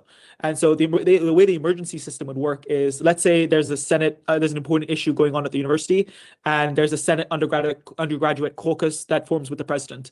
It's an informal working group, essentially. So let's say the senators decide to take a stance the president would then, as an individual, I'm going to be clear here, as an individual, the president as an officer would then call for a special board meeting to discuss a policy or something related to that emergency situation, and we would proceed through a special board meeting. The alternative in that sense is to proceed via e-resolution, where all 13 directors would need to sign off for this motion to take place. I think that is a majority of the important discussion points that were made. Unless I missed anything. Yeah, I'll just say this last piece, which is, I think, kind of a key one, just from like an angle of someone who's been doing this kind of advocacy stuff for the last year through AC, which is going to be very similar, I think, to the committee that's coming here. The vast majority of the time, like, through AC passes stances, as we call them now, more than APC would ever pass positions. And so in many situations, these aren't necessarily emergencies in the sense of there's a huge scale to the issue, but they're emergencies in the sense of the time scale, right? So you want to take a position quick enough so that you can start acting quick, because oftentimes this stuff happens. Senate agendas come out like 2 weeks before Senate, right? And so oftentimes it can be very useful to come with a stance. So I think if we had it for a weird, you have to call an emergency situation, what you're really going to have is almost constantly emergency motions coming up, which kind of, it's a weird logistical process. And it also it kind of dilutes the word emergency. And so in many ways, I think long-term, it makes sense to have, if it's a stance, it's quick. If it's a position statement, it's longer. But we're just not at the stance, the point in time where we have that defined. And I think this is a very good compromise in an evolving, with a committee that I expect to evolve over time. And so I think this is a really good first step. So yeah, this is just be the most logistically easy. I'll pass it to Rory first, if that's okay, Mohammed. I guess if I were to offer an olive branch, the grand compromise, as Samir would say, is like the term emergency maybe what is causing the issue here? Like if we said stances, this is the steps that are taken and follows that 2-day, and then all other items will follow non, and then we'll still have this emergency in case that there's some recommendation that's non-stance related that has to then go through that process. Does that make sense? So in keeping the process, we're just because the way it's written now, Process would only exist for stances. yeah. So right now, if they pass any motion or any recommendation, it'll immediately come into effect in 2 days.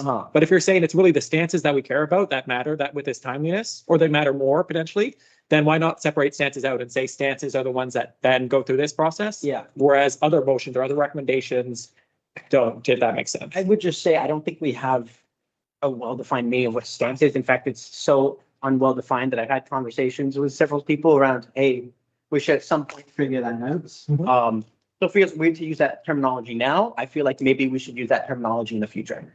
Once that stuff's defined. And that's probably stuff I'll work on, and maybe it comes before the next cycle. I don't know. I'm gonna pass it to Mohammed and Melissa. Thanks, Damon. No, honestly, all good points. My only thing here is I would be frightened with clunkiness by putting in more specification. I feel like that we'd be over engineering by putting in specific limitations on certain types of policy documents. And it also there might be more to it than stances. I mean, we haven't fully envisioned that. I mean, I think, Damien, you did say, I think a majority of what 3AC does is stance related. I think my only point here is, and I think if we were to separate and sort of, again, as Rory said, like olive branch type, if we were to separate out, I would be more comfortable with the use of the word time sensitive. So if we have, for example, I keep bringing it back, if we have something like the policy 70 issue where the faculty was trying to remove a seat, that would be defined as something time sensitive. And so under that system, then you'd be able to move at a more rapid rate. The other alternative point I'll raise is that by the nature of the committee and its size, it's also going to be very difficult for it to meet on ad hoc things. So on an emergency basis, this committee isn't going to be doing on a significant amount, because by nature, if you're going to be meeting 1 or 1.5 times a month, which is, I think, a pretty reasonable case, you're not going to always fit the timelines in for you to be able to discuss sort of emergency type as things. So I feel like that's also another factor to consider, that a lot of your other type of work that comes up abruptly won't have to navigate through this committee. And so I feel like that fallback is also less critical. That would be my sort of general thoughts on that. I'll go to Melissa and Samir and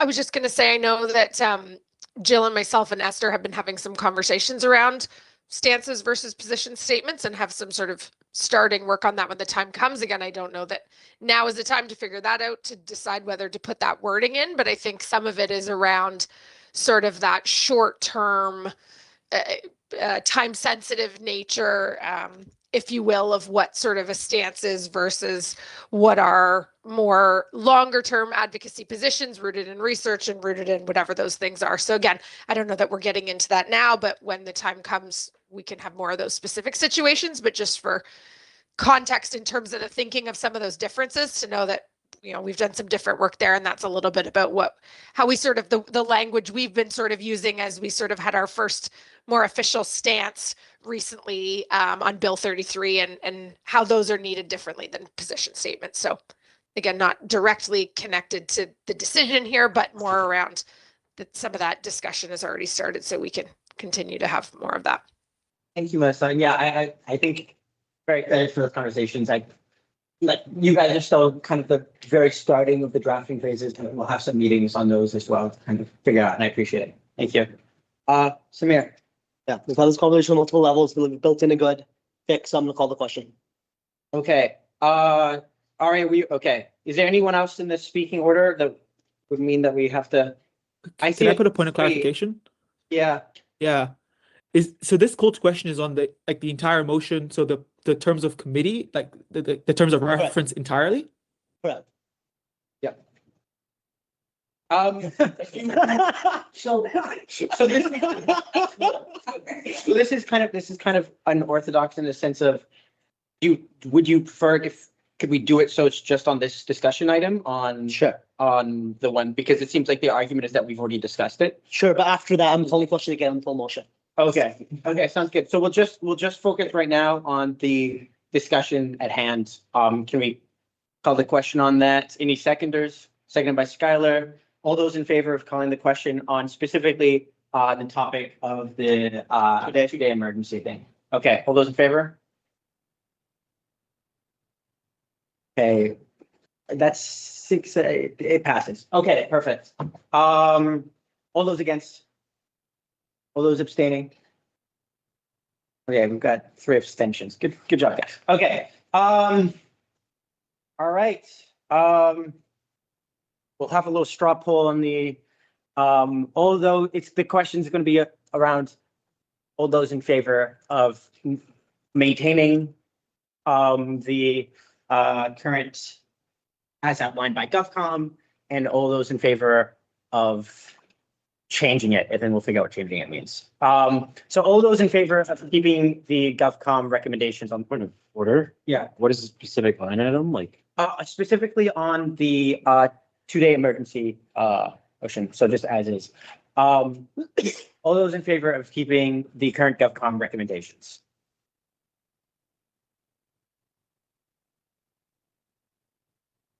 Wait, sorry, Damon. Is this on everything? No, on the two-day. Okay. On the two-day. Okay.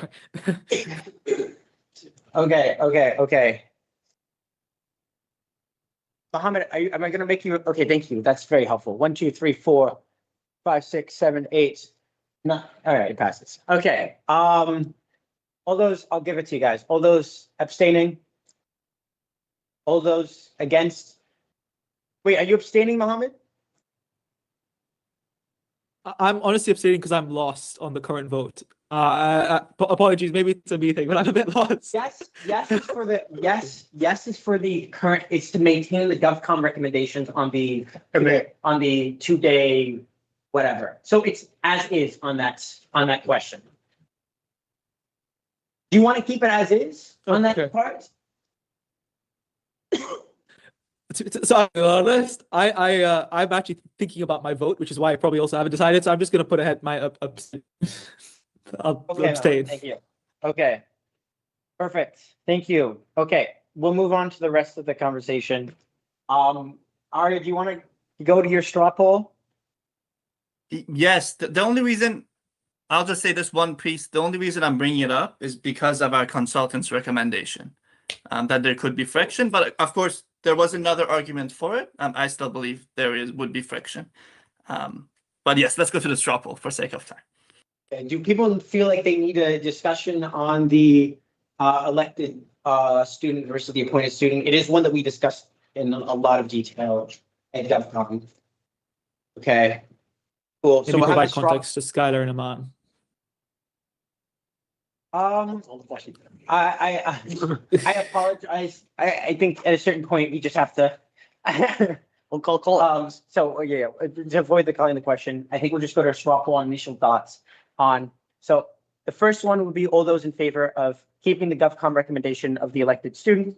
And the second one will be on having it an appointed student. I don't think we need a third option. Is that okay with everyone? Do people feel like I don't think so. Okay. So stress the straw poll. All those in favor of keeping the GovCon recommendation of an elected student? Samir, can you do your thing again? Okay, so 1, 2, 3, 4, 5, 6. All those against? 1, 2, 3, 1, 2, 3, 4. Okay, I keep. Oh, there we go. Thank you. I didn't see Katie. Perfect. All right. It remains. Are we good on that? Mohammed, go ahead. No, I wanted to just in because I don't recall seeing the be it resolved clauses, so I've put them in chat, Damon. If you could just read them out, or aware what the actual motion on the table is. That should have been there. No. I mean on the actual motion. The straw poll's ended, right? So we're going back to discussion of the actual motion. So my point is on the actual motion itself. So I put in the be it resolved clauses for the actual motion because I don't know if people read them, so they're there in the chat for people to read. And the other point I wanted to mention is also, yeah, no, this is back to the conversation.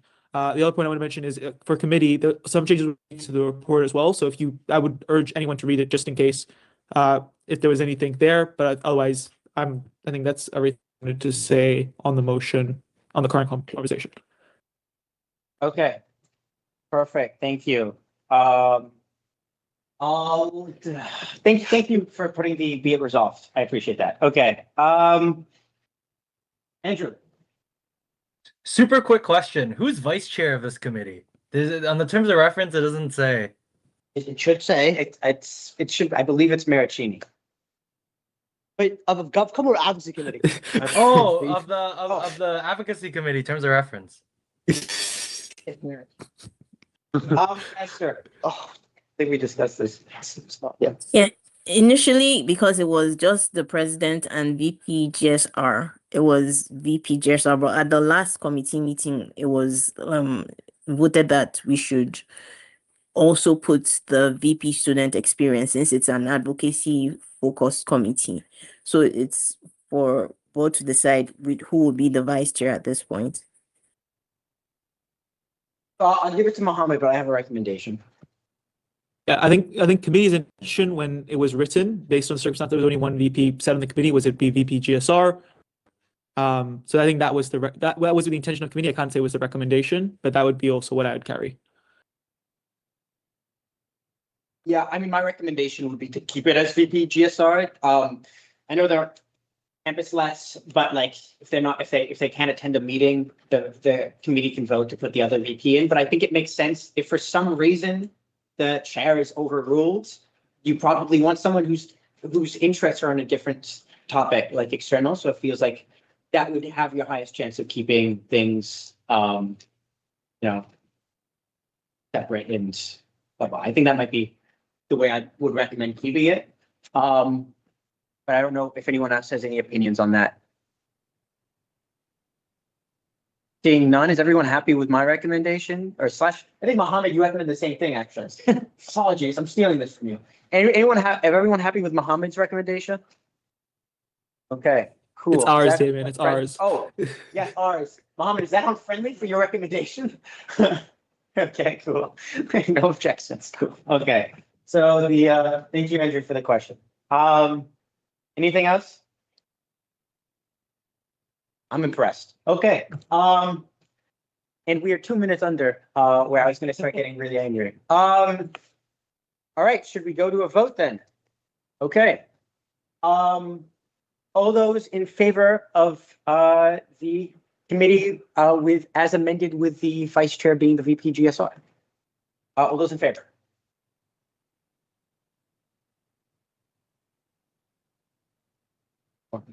Samir. Thank you. 1, 2, 3, 4, 5, 6, 7, 8, 9. Okay. Oh, sorry. I'm going to do it. All those in abstention? All those against? Perfect. The motion passes. All right. Good job, guys. That was faster than I thought it was going to be. We are on to the next item on our new business, which is proxies. Hello. Is this a motion? This is a motion, correct? Yeah. Okay. Skylar. I'm going to need a seconder for the Point of order, there's already a seconder. Britta's the seconder on the motion. Oh, thank you. It's just not in the agenda itself. Okay. I don't know where it is. In the motion itself. Thank you. The notes of the motion. Oh, well done. Okay. First time we've had a seconder in the motion. I appreciate that. Okay. Seconded by Rida. All right. Samir, you can start us off. Yes, I know there's gonna be a slight amendment by Rida, but I'll go through quickly. This splits it up basically into 2 scenarios. Number 1, in person. It is the exact same way we work, only in person. Exact same thing as last year, except proxy motions don't count in procedural motions and motions that are amended on the floor. Hybrid or online, it basically treats proxying as an early voter e-ballot. It's the way it treats it. There going to be a form saying how they want to vote. If it's amended, it doesn't count. The technical loophole we're using to get this on Anka is they're all going to be assigned to either like we'll choose someone like the president, and then they're going to technically use them. But in all practice, it's a e-vote here. Yeah. Again, predicted the other option again is to do the proxy system online. I highly prefer the e-vote method. Early vote method, just due to no ambiguity. I don't like people handing proxies down there and they don't have to worry about limiting numbers or anything like that. We just have an early vote section. And yeah, technically they'll merge in the numbers. If they vote early, they're not going to vote on the other ballot. They'll fix the numbers. And this motion has been read by Pratik. It is all feasible. It is all doable. He helped me write this. So yeah, I know there's going to be a friendly amendment from Rida. Rida, you have the seconder next in line. In about 5 seconds, you will see my amendment hit the chat.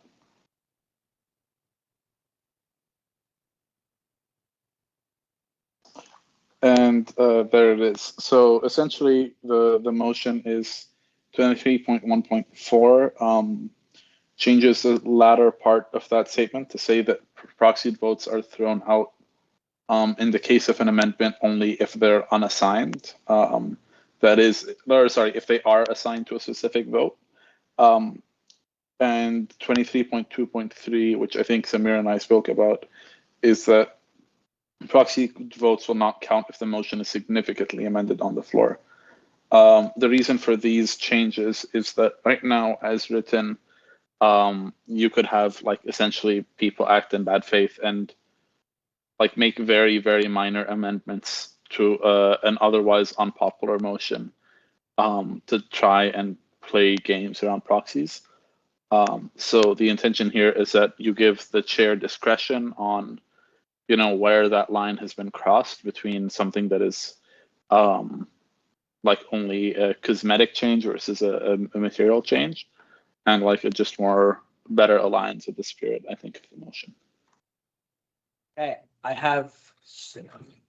This was technically at first a 1, but I'm going to give it to him as a 2. Go ahead. Yeah, I'd say first off on the secondly or significantly amended, I think an amendment should be added here to this wording as well. is it, you said the chair is determining what is significantly amended? That would be usually how, for stuff like this, how because it's interpretation of like, these are rules for how a meeting is conducted. So it would always be a chair, yeah. Should we not quantify that? That would be very difficult. I'll go to Samir. Yeah, I think the word significant is on purpose. The chair will decide, but if there is disagreement from the assembly can overrule the challenge chair. That's built into that. Again, it's really hard to quantify. So worst case, if the assembly disagrees, the assembly, and that would be considered a procedural motion, so proxies can't count on that. So people in the meeting would decide. So that fixes that loophole there. Yeah. All right. Awesome, thank you. I just want to say this is a very well written motion, and I think Rita's amendment is also very good. It improves it significantly. I have one concern. It's not with what's written, rather what's not written. I think, look, I've been doing with WUSA governance for 4 years now. I've seen a lot of AGMs. And I just want to say, I think we do need to install a cap to how many proxies an individual can hold in person, in case we do revert to a system where that becomes possible again. As it stands, you could game the system. There's really no cap, right? So I'm going to let for a little bit of discussion, but then I will bring an amendment to put a cap. Preferably, a person can hold 1 or 2 proxies max. And I think with this system, it'll be a very good motion and very safe from people gaming it. I'll go to is that 2? Oh, Mohammed's a 2 as well. Okay. I can't remember who's first. I think it was I guess Mohammed. mine is a 2, but there is also a 3 here. Okay. In that, since this is an amendment that I think Samir called friendly, we're discussing on the motion as a whole at this point, and not the amendment. Yeah, so I don't think friendly is really real, but because if someone objects to the friendly amendment, Yeah. it won't. And my feeling, actually, Scarlett kind of, I don't know. Is there an objection to the friendly amendment? I don't think so. Okay, so sorry. Yeah, go ahead. Yeah. Yes. Okay. There we go. Okay. So yeah. So it is. Okay. So then we'll have to make it a real amendment. Do you want to move the amendment? Yep. Seconded by Samir. Okay. Perfect. Sorry about that. I didn't see it perfect. Okay. There were 3s up. I'm gonna go Mohammed because I think we're back to the regular. Whatever. We're in the amendment, right? Yeah. We're on the amendment though, right? No. My point is to the general conversation, so I'll withdraw from. Oh, thanks, Tim. apologies. Okay. You said the word regular and it confused me. Okay, my bad. What was the issue again? I think it's mainly just the word significantly amended and the procedure that's going on in the chair. What? Like delegating that to chair, I feel like it's quite ambiguous. Just out of curiosity, because Why not just have no significantly? Why does it have to be significantly amended? Why can't it be every amended motion? Yeah, go ahead. So if I amend to add a space, all the proxies are removed? Like it drops any bad faith, like I'm amending to get rid of the proxies. That's the reason. Yeah. Are we going to be doing lots of amendments to add spaces? I think Any person could do it. the issue would be that, like, if someone were to have find a cosmetic issue, it's like, oh yeah, everyone, that makes sense. Let's Can we include that then? What's that? Section of cosmetic amendments. That gives less role to the chair then. I don't know. What's the issue? Like, it's an interpretation question with the chair, right? Is the issue that you think significantly is do you think there might be, I think, non-significant ones that should still remove proxies? Could you give an example? At this moment, I don't know, but like an AMM motions that will be on the table for that would be amended to remove the proxies, but I feel like we should have it standardized. Okay, Samir, go ahead. Damien, just a heads up, Esther and Mike both want to speak. Oh, thank you. I'm sorry, I can't see them on the screen. Esther, can you take can you stop screen Sorry, sharing? I was just going to say that I think we probably need to connect with Pratik, because I think he had mentioned a while back that any changes made to emotion would like nullify votes that had been sent, but we probably need to confirm. The way you showed it, when you're adding the amendment, you can choose whether or not. Okay. Because they're separate, like things. Like it would be possible from the way he demoed it. Yeah. I go to Samir. I think this. I disagree with you, Scott. I think like if an amendment is made that's in the spirit, it may actually change something, but it's still in the spirit and overall thing. Proxy shouldn't be removed. That's just my personal opinion. We disagree here. That's fine. So I think that's just the disagreement here. Yeah. I'm gonna call the question unless is that we're good? Okay, so we'll just go to the vote on the amendment. All those in favor of the amendment?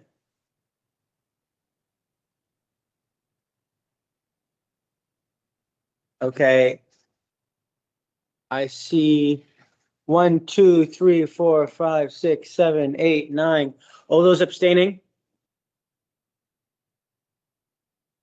All those against? All right, 2 against. The amendment passes. Okay, we'll move to the rest of the item. Sorry, Samir, go ahead. Yeah. There's the item. I know Aria wants to talk about a limit. Thank you. Aria, go ahead. I'm just gonna say, if anybody has any response, I would, if you guys take it on friendly to put a limit, that would be very good. I think it's just good democratic safeguard, right? It's about like democracy in the end of the day. Hand it. Because I see Samir and Rida. Samir, you. Yeah, I'm fine with a limit as long as it's equal across. I don't want like directors to have more or anything. I disagree with that. If it's equal across, I can live with that. Is that on the table? Oh, I see. Oh, I see. Rida. Given that we've essentially, okay, I guess firstly I'll say on the online and hybrid part, it doesn't really matter because you're not assigning it. So this only applies to in person. And given that in person, we've essentially like removed the ability to have unassigned proxies. Like in other words, you're assigning your vote to someone specific. I don't really think proxy limits are necessary. I wouldn't like them unless you're setting them to some very high number. But I think that's going to be a whole other discussion. And it'll take a while to settle on a number that everyone's happy with. I'm going to ask a question here. And I apologize. I've always had a hard time with this. The point of a proxy.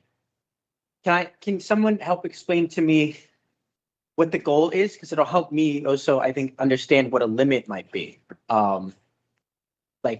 What reasonable limit might be. God, I wish I could see who else has their hands up. Nobody. Okay, Samir, go ahead. In my brain, proxies exist for when someone can't make the meeting and they give it to someone they trust to be in their place as a member, do that being class, co-op, whatever. Yeah. I'll be frank, this goes on much longer. I'm following the question as well on the motion. Aria. Thank you, Mr. Chair. I'm just gonna say, guys, like we had this discussion at this 2 last board meetings as well, which is why we've been slowly throughout time cutting the proxies. This is why I really like this motion with the online element. It stops. The problem isn't proxies, right? Proxies allow for more folks to come to the meetings. The problem is when the limit is really high or there's no limit on how many proxies you can get, folks can game the system by going out there and getting a whole bunch of proxies. And then the actual democratic debates that's associated with an AGM, which is supposed to be that accountability piece that's really important to our democratic integrity, really just becomes a joke. So even though with these procedures at hand, the risk is minimal, which is really good, I think it's really important for us to reform it in the policy, put it in there, that, you know, proxies per person, director, normal student, whatever, is limited to 1 or 2 per person.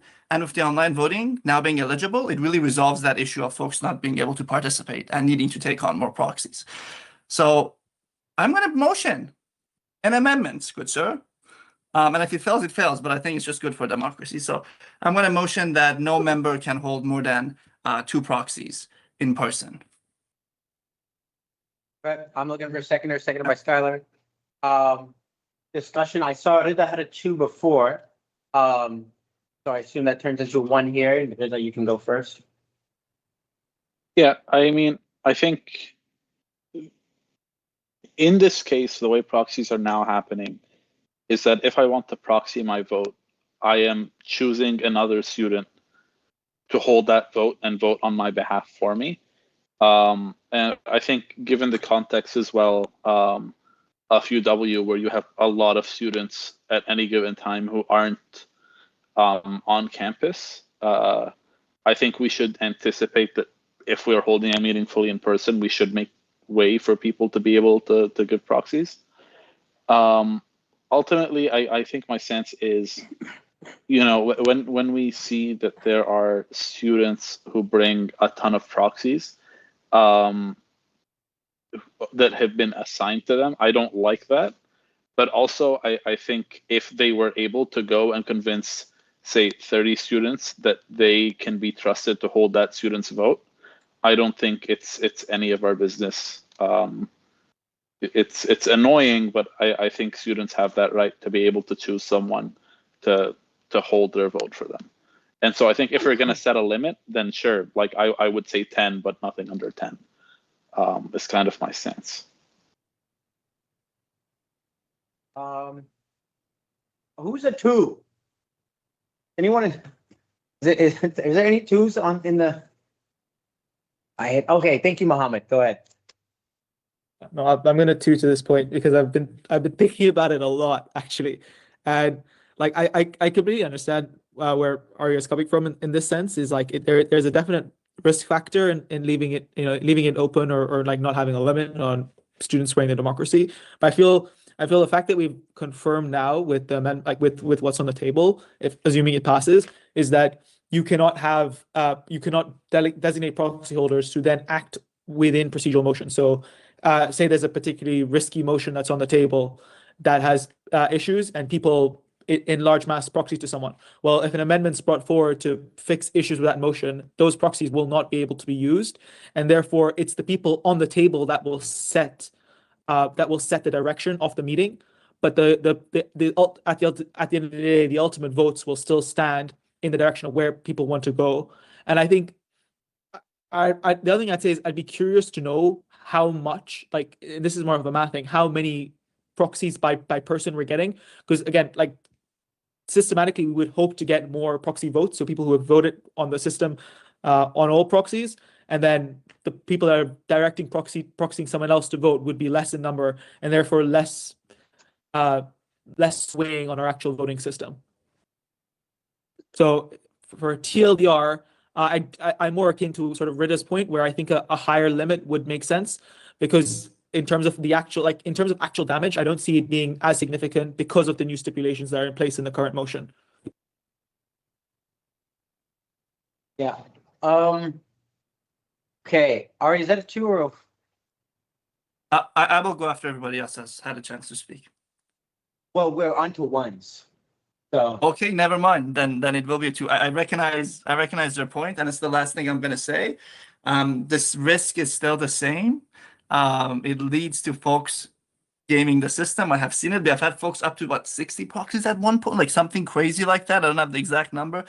And that's like, it's not even democracy anymore, because it doesn't matter how other people debate, they'll just put their hand up and things just pass, right? And you don't know what they're saying to others when they're getting those proxies, or what they're justifying, and if it's actually the truth. So a lot of good motions can die depending on, you know, who has the time to game the system. So I recognize your points. I still think the risk is too high to the actual democratic values that we want to see in AGM. I just want to make sure that we're, and it's fine, again, not to like negate your point, it's fine. You are aware that Rida's position at this point is a limit of 10, not Yes. unlimited. Yes. Okay. I think that's too high still. Okay. I just wanted to make sure that we were at this point talking about the right things. Rida, is that a 2? I'm going to allow like 1 more 2, and then more. That is a 2. Should I go ahead? Yeah, go ahead. Okay, I mean, I think I don't agree with the characterization that, a student coming in with like 60 proxies is, undemocratic, because the 60 votes are 60 votes from other students. And I think the other point I also put in the chat is that we tend to have far more proxies held, if I'm correct, than there are people physically present in the meeting. And so if we set a low proxy limit, what we're effectively doing is like limiting the number of proxies across the board, particularly without, an unassigned proxy system, which I dislike even more than limiting proxies. So I think it just doesn't make sense to me to be capping proxies. Like 10, I think, is the lowest number I would go for, but even then, I question the principle of needing to do it at all. I see a 3. Yeah, this is a clarification to Arya. Oh, sorry. Okay, this clarification, Arya. Right now, when you're talking about a proxy limit of 2, you're talking about unregistered proxy votes that have been designated to someone, not proxies where an entire vote has been filled out for every motion. Just making sure. At this point, No, it's the unregistered same. proxies would be, there wouldn't be such thing as motion unregistered kills them. proxies at this point. Because you don't have to unregister your proxy, you could just vote early. Yeah, so there wouldn't Right, be. so is that that doesn't, that's Oh, out okay, of the question, I right? We're talking I about apologize, I may have register. explained this wrong. I see, I'm gonna hand, and it's. So right now for in-person, my motion kills unregistered proxies and you don't want to sign another person. What is still up in the form is you can say for that person, here's why I want to vote on each motion, or leave it up to that person. Those two options are still on the table, but the unregistered idea of I'm throwing the motion into the ether of WUSA decides who gets it, that is dead. Regards my motion. I said. No, you did not say that. Okay. That's what I meant. I don't know. I don't understand what I said differently. But like, yeah, okay, there's a 2. Okay, Mohammed, go ahead. No, wait, I I'm said sorry, before because two. this is. What? Do I get a say or no? No? Go ahead. Okay, thank you. This is bleeding into my the actual one I had later, but it's now linked, which is why I'm gonna point it out and direct it to Samir. Samir, am I gonna forget my question here?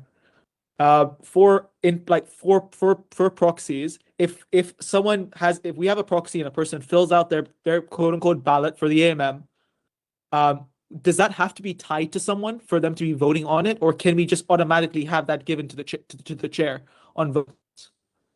So under the current motion, it must be tied to someone in person. Online, this technically being tied to the chair, but in practice is early vote. Because we delete the idea of unregistered has always been legally murky. We've said this every year. It's been we don't know if Onka I don't have allows it. on unregistered. I'm nothing. I'm happy with that. I'm more talking about why we can't have, because the worry is if you have multiple people put in a proxy and fill out the entire system, then that's an issue, because if you have like an excessive number of people doing that and each person in person has to hold those proxies, why can't we have it similar to an online system where everyone you have a vote system ahead of time? And I thought that's what Nick did, where essentially he had counted and balloted up all the votes on AMM for certain motions, and he had them in front of him. I did not. No more. Okay. Thank you. We've had a discussion on this. Next was Rem. Sorry. Remington. Yeah. So in general, I very firmly believe in we should not be limiting democracy just because democracy is flawed. And I think that as long as we want the option of people being able to participate in a vote through someone else without physically being in the meeting, and we accept that people can be influenced by things other people say in discussions at the meeting, we need to accept that people can be influenced by someone coming up to them and saying you should vote this way, and either you should register your vote early this way or you should let me vote for you. I think that is as much a part of democracy as anything else. And if you really feel icky about it, I see the reasoning behind having a relatively high limit on the number of proxies. But like I really don't think it should be something that you could reasonably hit within your friend group. Okay. Two down. Samir, go ahead. Call the question. Really, that's what that was. Okay. I don't see anyone else in the list. So, okay, I guess, okay, well, you wanted to speak. Well, calling the question then, I need a seconder. For calling the question, seconded by Rida. All those in favor of calling the question?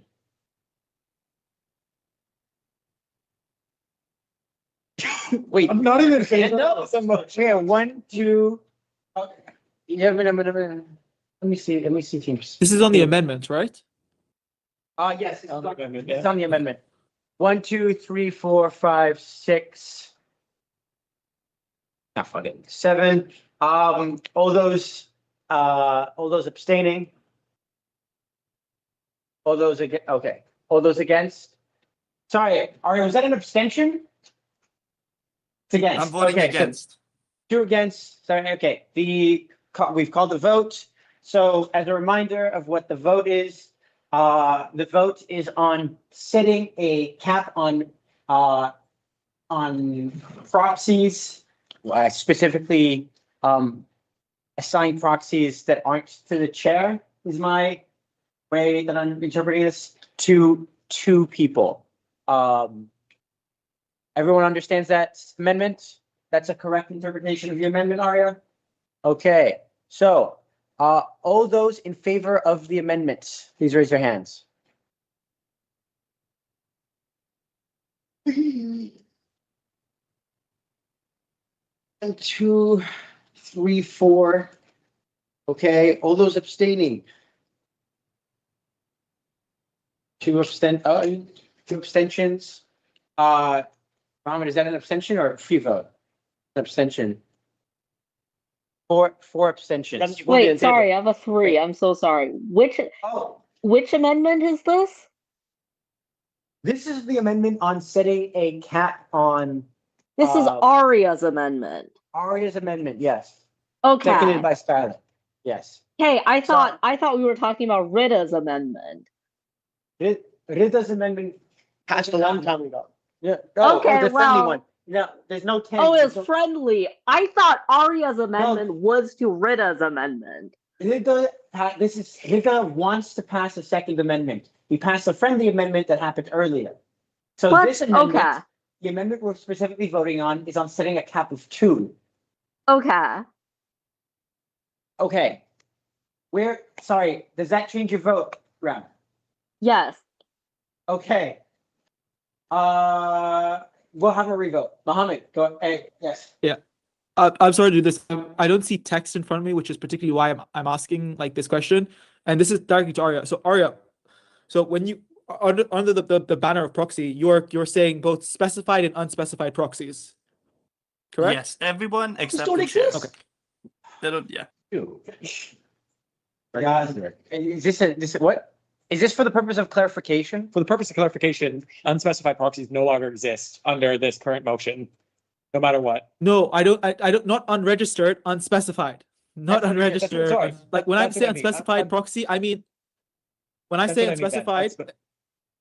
No, I don't mean unregistered. When I don't mean what Rita has said is unregistered. When I say unspecified, I mean a proxy where someone has said I'm going to proxy to Damien and not specify my vote. And then there's a specified proxy where someone has specified how they're voting on every item in the In AML. that case, 'Cause I think there's a specified distinction there. proxies don't exist. Yeah. We don't necessarily call them something, but I want to know if we're counting them all under the same banner because I hold a different opinion on what we're classifying there. It's weird, but I just want to know for sure what Arya is thinking. I apologize. Then your opinion wouldn't really come into play in this amendment. Like you have that your separation is a completely different amendment. So I'm Because- understanding if that's Arya's interpretation matches what I was like what I had seen because I didn't have writing down. That's why I'm checking. Okay. So All right, for go me, ahead. just to clarify last time, it's for all universe. Like no one dude can hold more than two no matter what, except the chair because of the early voting necessities, which we discovered. Let's redo the vote because I think we all got confused. We will redo the vote. Does everyone now understand what we're talking about today? Do not understand. Okay. Does everyone, if anyone doesn't understand, please raise your hand right now. Or say something because I can't see you. Just pissing me off. Okay. Okay. We'll go to a vote then on Aria's amendment of setting a cap, 2 proxies for everyone except the chair. Okay. So I'm so sorry. Why not the chair? Because of the. That's for online. The chair thing's for hybrid/online. You said that it's technically acting as a proxy. But guys, there's 2 different sections in the rules. We're talking about adding a section for in-person only. So I don't care. Okay. All those in favor of the amendment, please raise your hands. 1, 2, 3, 4. Perfect. Okay. All those abstaining.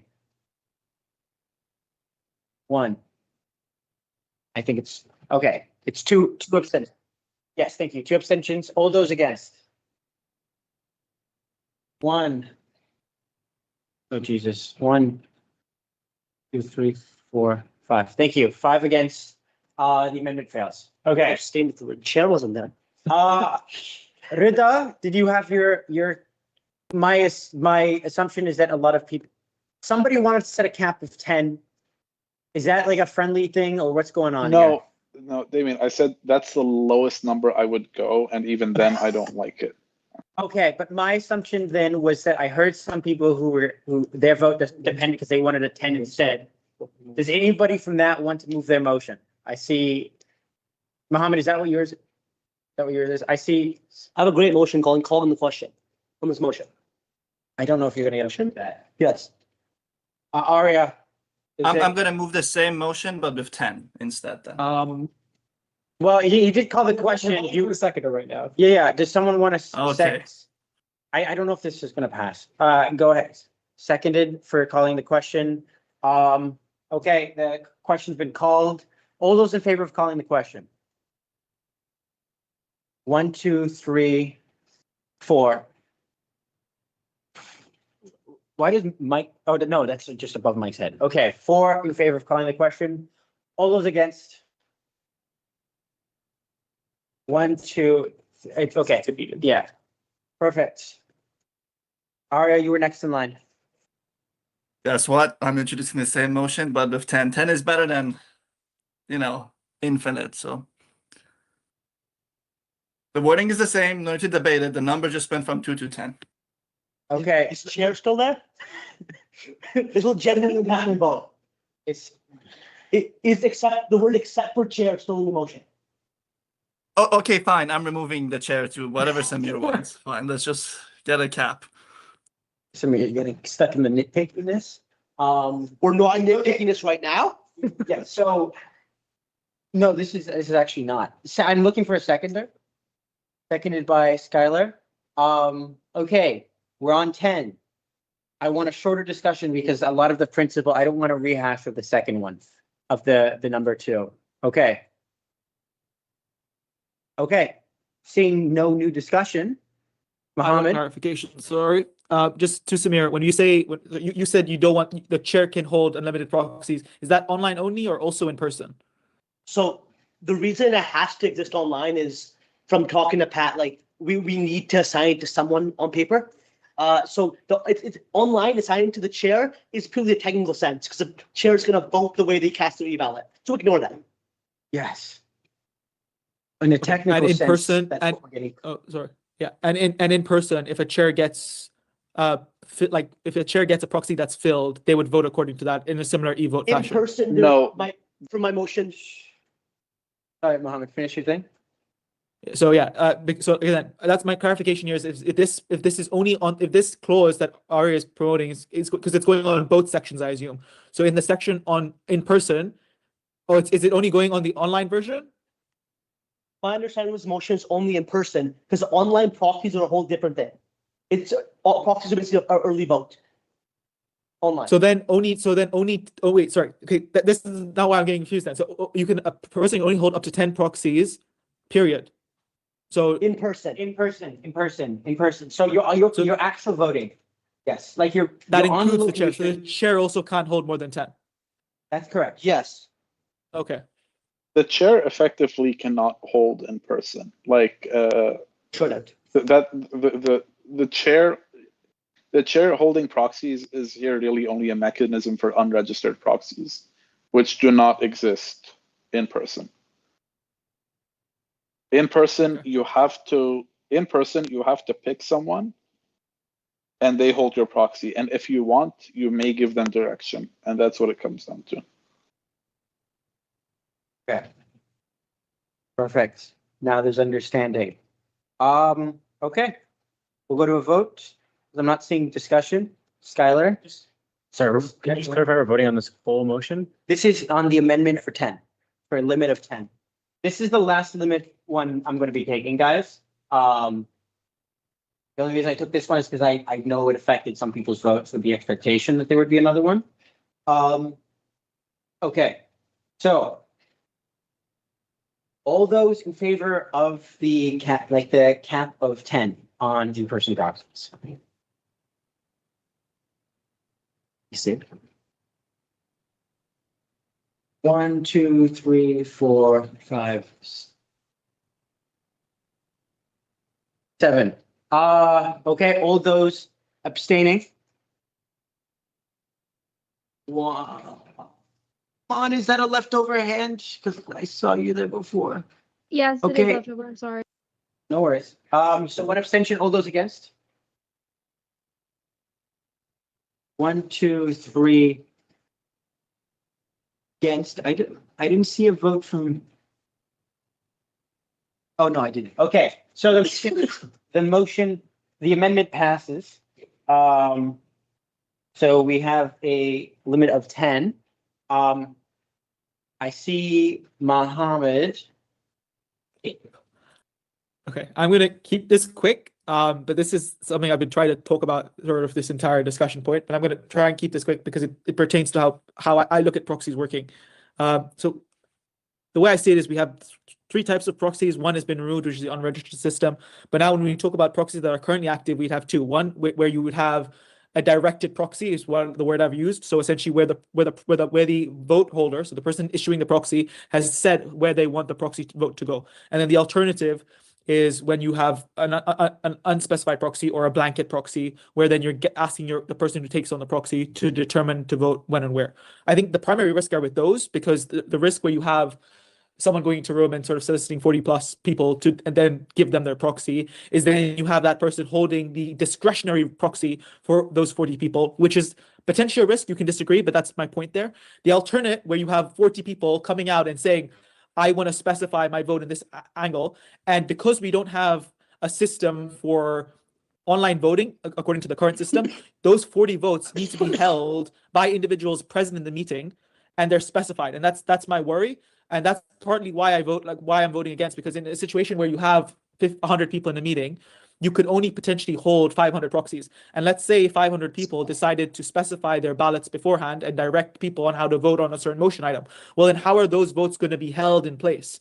So my only point there is I feel like we should retain some form of like pre-voting or electronic voting system, because that's how most AGMs operate, where in advance members or people or shareholders are allowed to submit their vote in advance on how they'd like to vote on certain items. And then those are stored in recollection for even in-person meetings, where then those are there on the record for the president. That's my spiel. I think that's really what I wanted to say.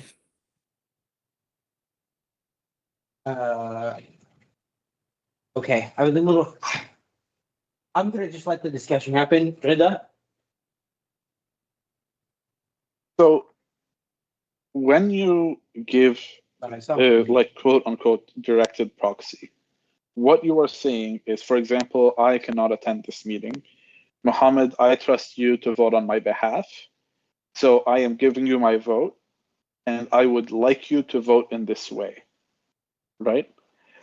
Ultimately, I am still assigning my proxy to you. And generally, this is because it means that I trust you to react as necessary to whatever happens in the meeting. If the motion gets amended, even if the motion is unamended, but someone brings up, say, like in discussion, something that materially changes the assumptions I'm making with my vote, etc. But there is, theoretically speaking, there is no distinction between a proxy that I just give to you and I'm like, do whatever you want, versus a proxy that I give you and I say, I would appreciate it if you did it like this. Okay, I'm gonna give it to Mike first. I don't know if you wanted to, if I'll give it back to Mike.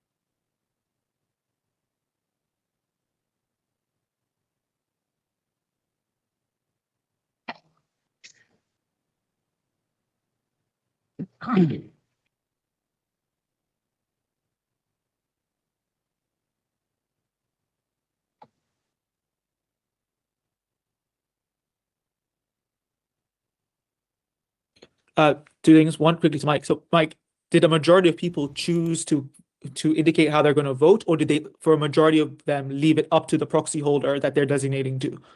Because that's what I was under the impression of. Sorry, ask that again. Sure. So, like, on the people who fill the proxy forms, and I do want to be quick. I'm trying to be constant because I don't think we're going to reach a necessary conclusion here. But so, like, if a majority of people when they filled out their proxy forms, did they fill an actual vote to say affirmative or on the negative on the motion item, or did they just choose to designate to the proxy holder for more or less everything? Everybody filled out every motion vote.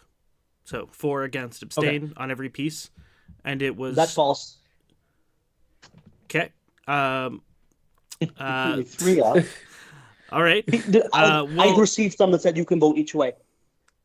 I did as well. That's why I'm wondering. At the end, there's a checkbox that says, if there is an amendment on the floor, do you trust the person in the room to make a decision for you? Otherwise, and that checkbox sort of defined yes or no. Go ahead, Samir.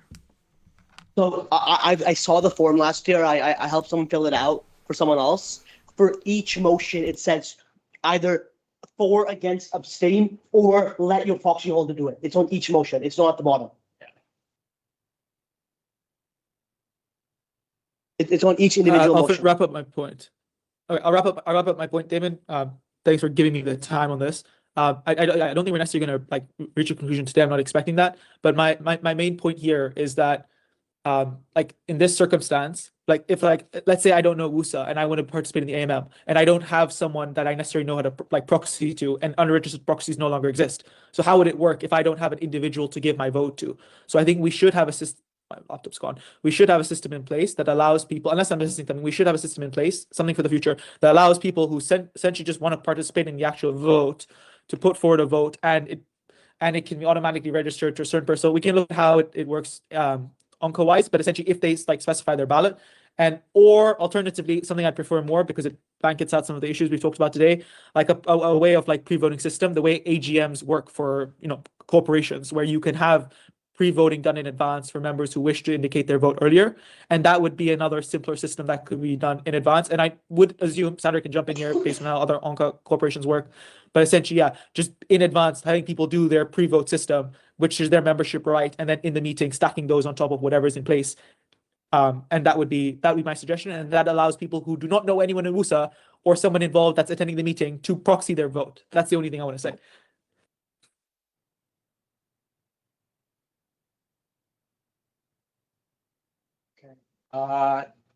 Amir. remember, but I'm calling the question on the 10 limit proxy. That was already voted. That was, we already did. Okay, on the overall motion, I'll call. Oh, come on. I'll call the question. I'm not in Okay. the speaking order, so we don't have to do that. I'm happy with what I've said now, so I'm good. Okay, perfect.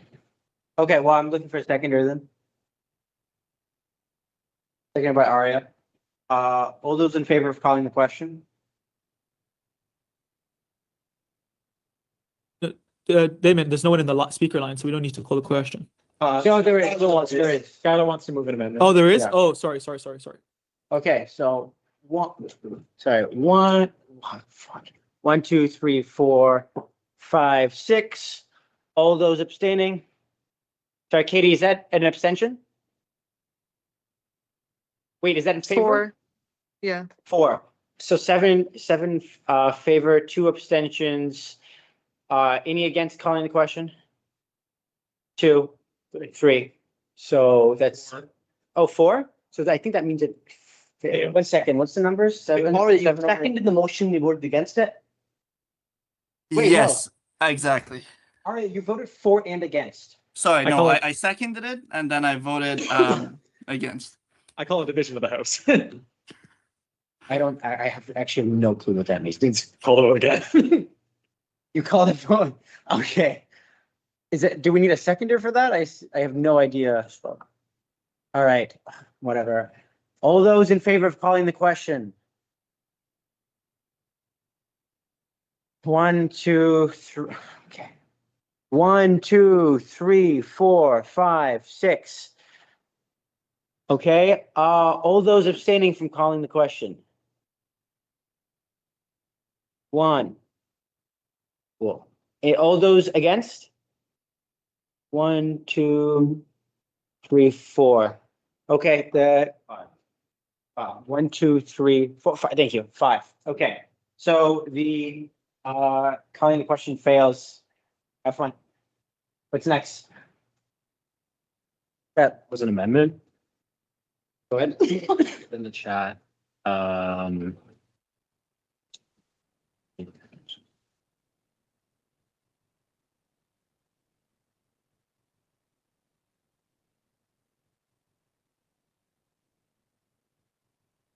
Good night, Sandra.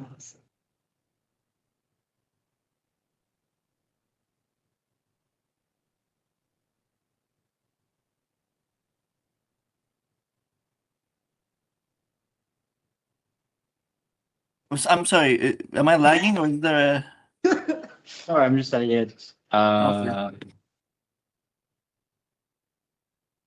There you go. I don't know how we would fit it in, what section. I think it'd be under 32 or 23.3. And amendable to the wording of it, but basically, if I can I speak on the motion? Oh, yeah, I guess we would need a seconder. I need a seconder for Skylar's motion. So you're putting Aria's seconding. Okay, Well, yeah, so I would just say we could simplify it to whatever the wording wants to be, but I just think that there needs to be something in here about revoking the proxies. It's not explicitly mentioned in which are two. Well, Skylar, you don't need to put Onka in our. Samir, you didn't finish yet. No, we don't need to mention it. I asked Samir for his opinion, but we don't need to mention, it's not about mentioning Onka, it's about mentioning the fact that there's no, we've not heard that this is even allowed within the current system of open slides. And if we're talking about limiting proxies at all, I feel like this should be a consideration about the procedure in which we go to revoke those proxy holders.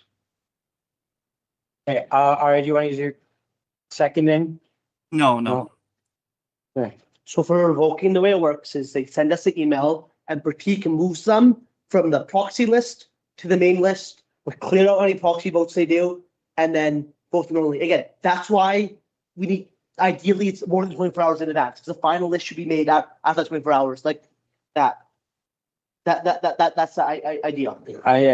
Come on. Food for thought. The software is written for common practice and good practice, right? Like based on what everyone else does. So the fact that we're trying to re-engineer this to be more democracy, right? There's a reason the software is written like that, because those aren't generally accepted frameworks and protocols. So just keep that in mind. Like, we don't need to re-engineer, and make it complicated for the everyday member. That's it. Sorry.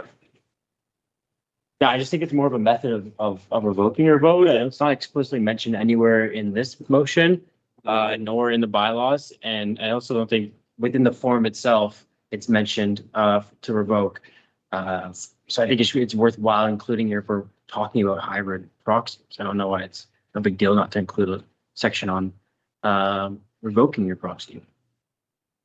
I think building a technical implementation to revoke, we don't have the time right now. So what I would suggest is if they're early voting, and we can easily add at the top of the page, if you wish to revoke, email secretary at WUSA at least 24 hours in advance or whatever.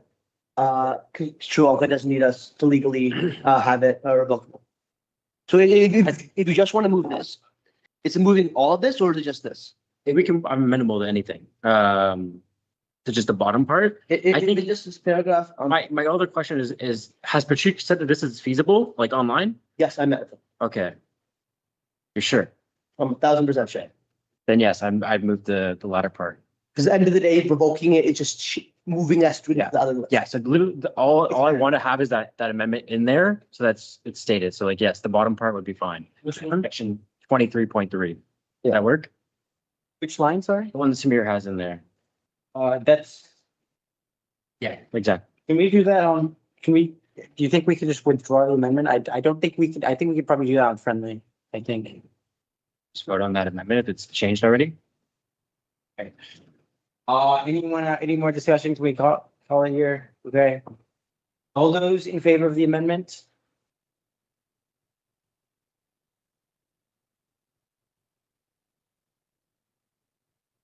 There'll be some way to change the television. You think? 1, 2, You okay. can join your laptop and I think see it, that's right? unanimous. Okay, cool. Motion amendment passes. Do it like that the whole time. Okay, cool. Back to the regular motion, as amended. Guys, as a reminder, this is gonna be a long meeting. So let's remember what we're discussing here, which is just the proxies here. Are we good on discussion? This is longer than the advocacy committee discussion, by the way. Okay. We're good. Okay, we'll go to a vote on the motion as amended. All those in favor?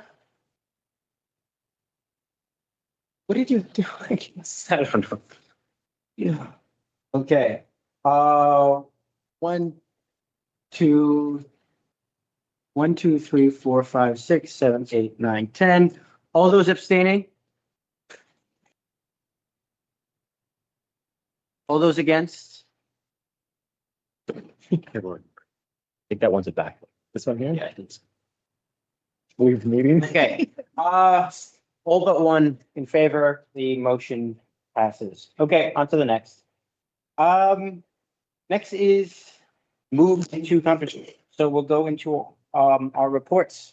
Should be noted, I do not have a paper report. I apologize. It will be very clear why, as I do it. But I do have an in-person one. But we'll start with we'll start with ED reports. Public, yes. Yeah, we need to move. We moved that to confidential because of the legal advice.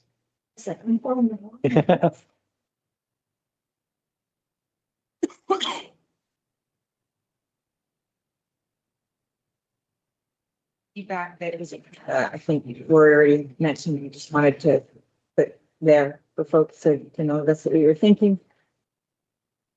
Meeting is. Walk Safe is moving along. I don't think that there's anything unless folks have questions about it. Not highlight anymore, given the fact that we got so much. Okay, any questions? Let's reach out if we're having something late. Okay, I guess next then is, and yes, as a reminder, you can always reach out to Suzanne, and I recommend doing that, if you have questions. Okay, we'll go to President's report. I have it here. in my notes. I apologize.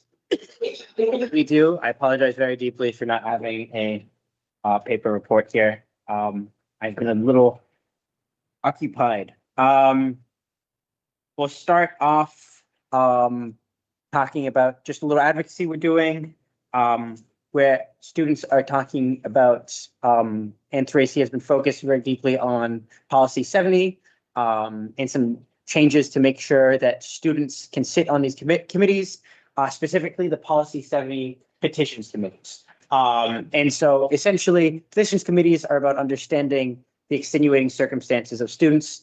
And so who better to understand them but students? If you want to get into more detail about understanding that, reach out to me. Love to talk about it. We have been taking a lot of steps in that direction. Next up, yes, the election, of course, has happened. Been setting up some meetings with incoming directors and officers to help figure out what the transition is going to look like. Going to be reaching out to the officers in particular very soon. I have a few incoming ones right here. So that's going to be coming up. Don't jinx it. Oh, don't jinx it. Yeah. Who knows? We're continuing to push hard on course and degree planning.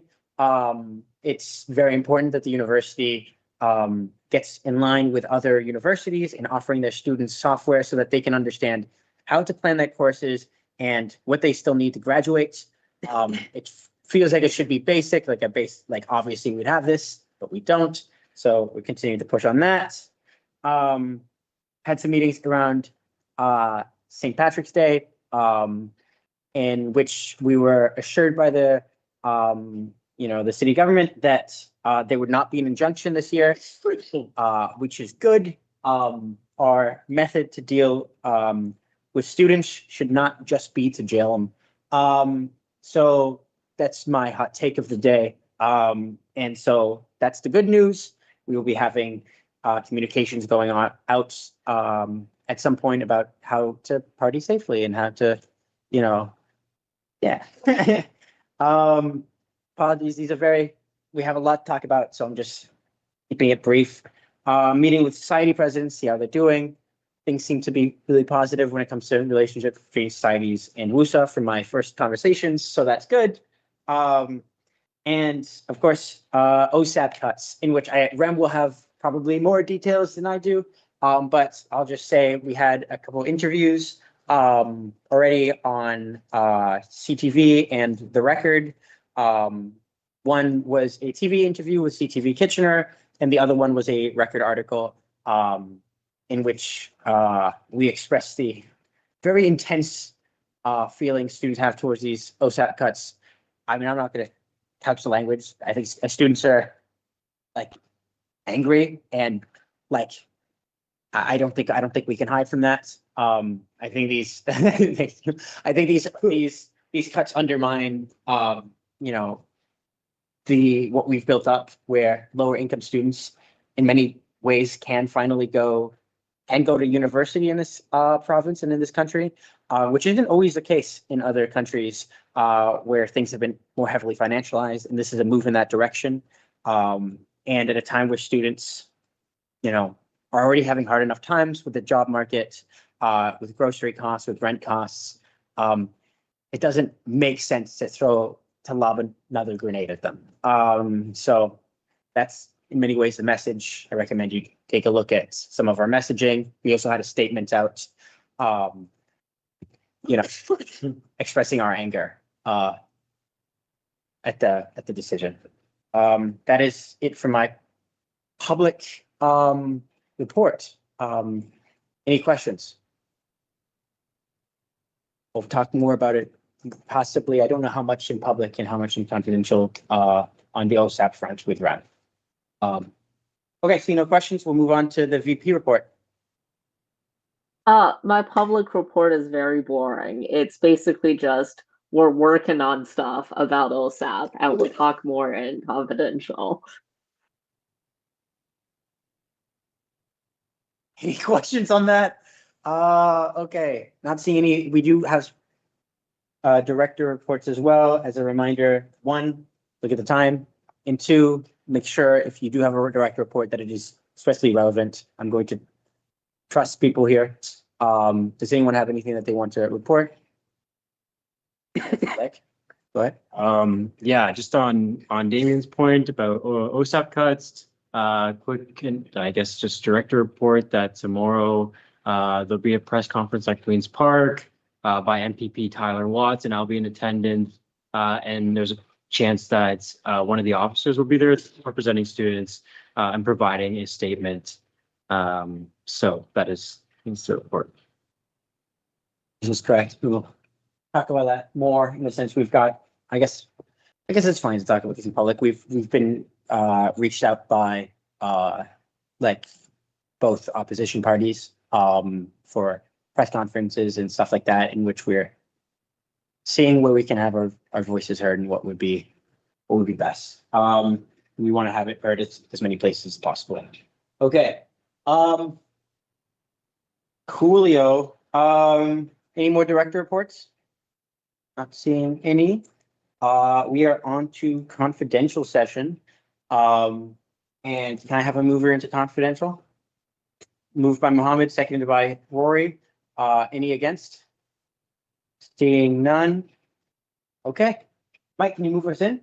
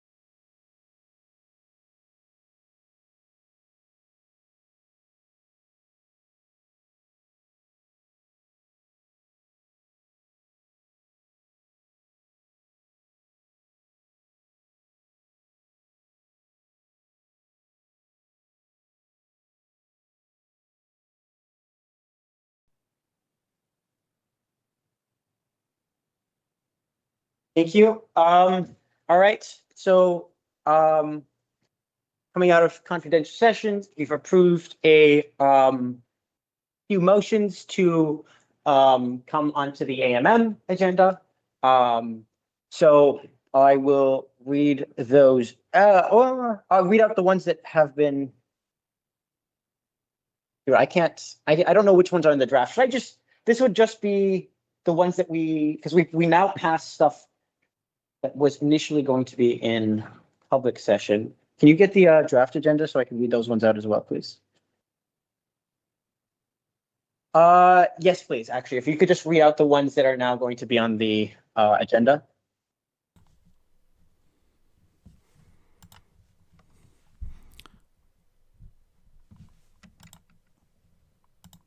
Okay, so we have all the ordinary business, and then the motions from members, which include the LS-PERG motion, so improving student advocacy access through LS-PERG membership, amendments to corporate social responsibility policy to strengthen our commitment to Palestinian human rights, and then the various regular business, WUSA Accountability Act from Samir, Student Life Projects Endowment Fund bylaws by Samir, and improving student, the transparency from Samir as well. Perfect. And then we have also added to the agenda the officer compensation increase that was which review was mandated at the last annual members meeting. We have the funding for the new VP student experience, a club funding increase to codify the increase from $75 to $200, and pay what you can funding. And so those are what we passed. So, well, what we decided we want to add. So we'll add all of those to our be it resolved. So be it resolved that those items be added as items to the annual members meeting agenda with the specific layout to be determined soon. Can I get a seconder to that motion? Seconded by Rory. All those in favor of the motion, please raise your hands.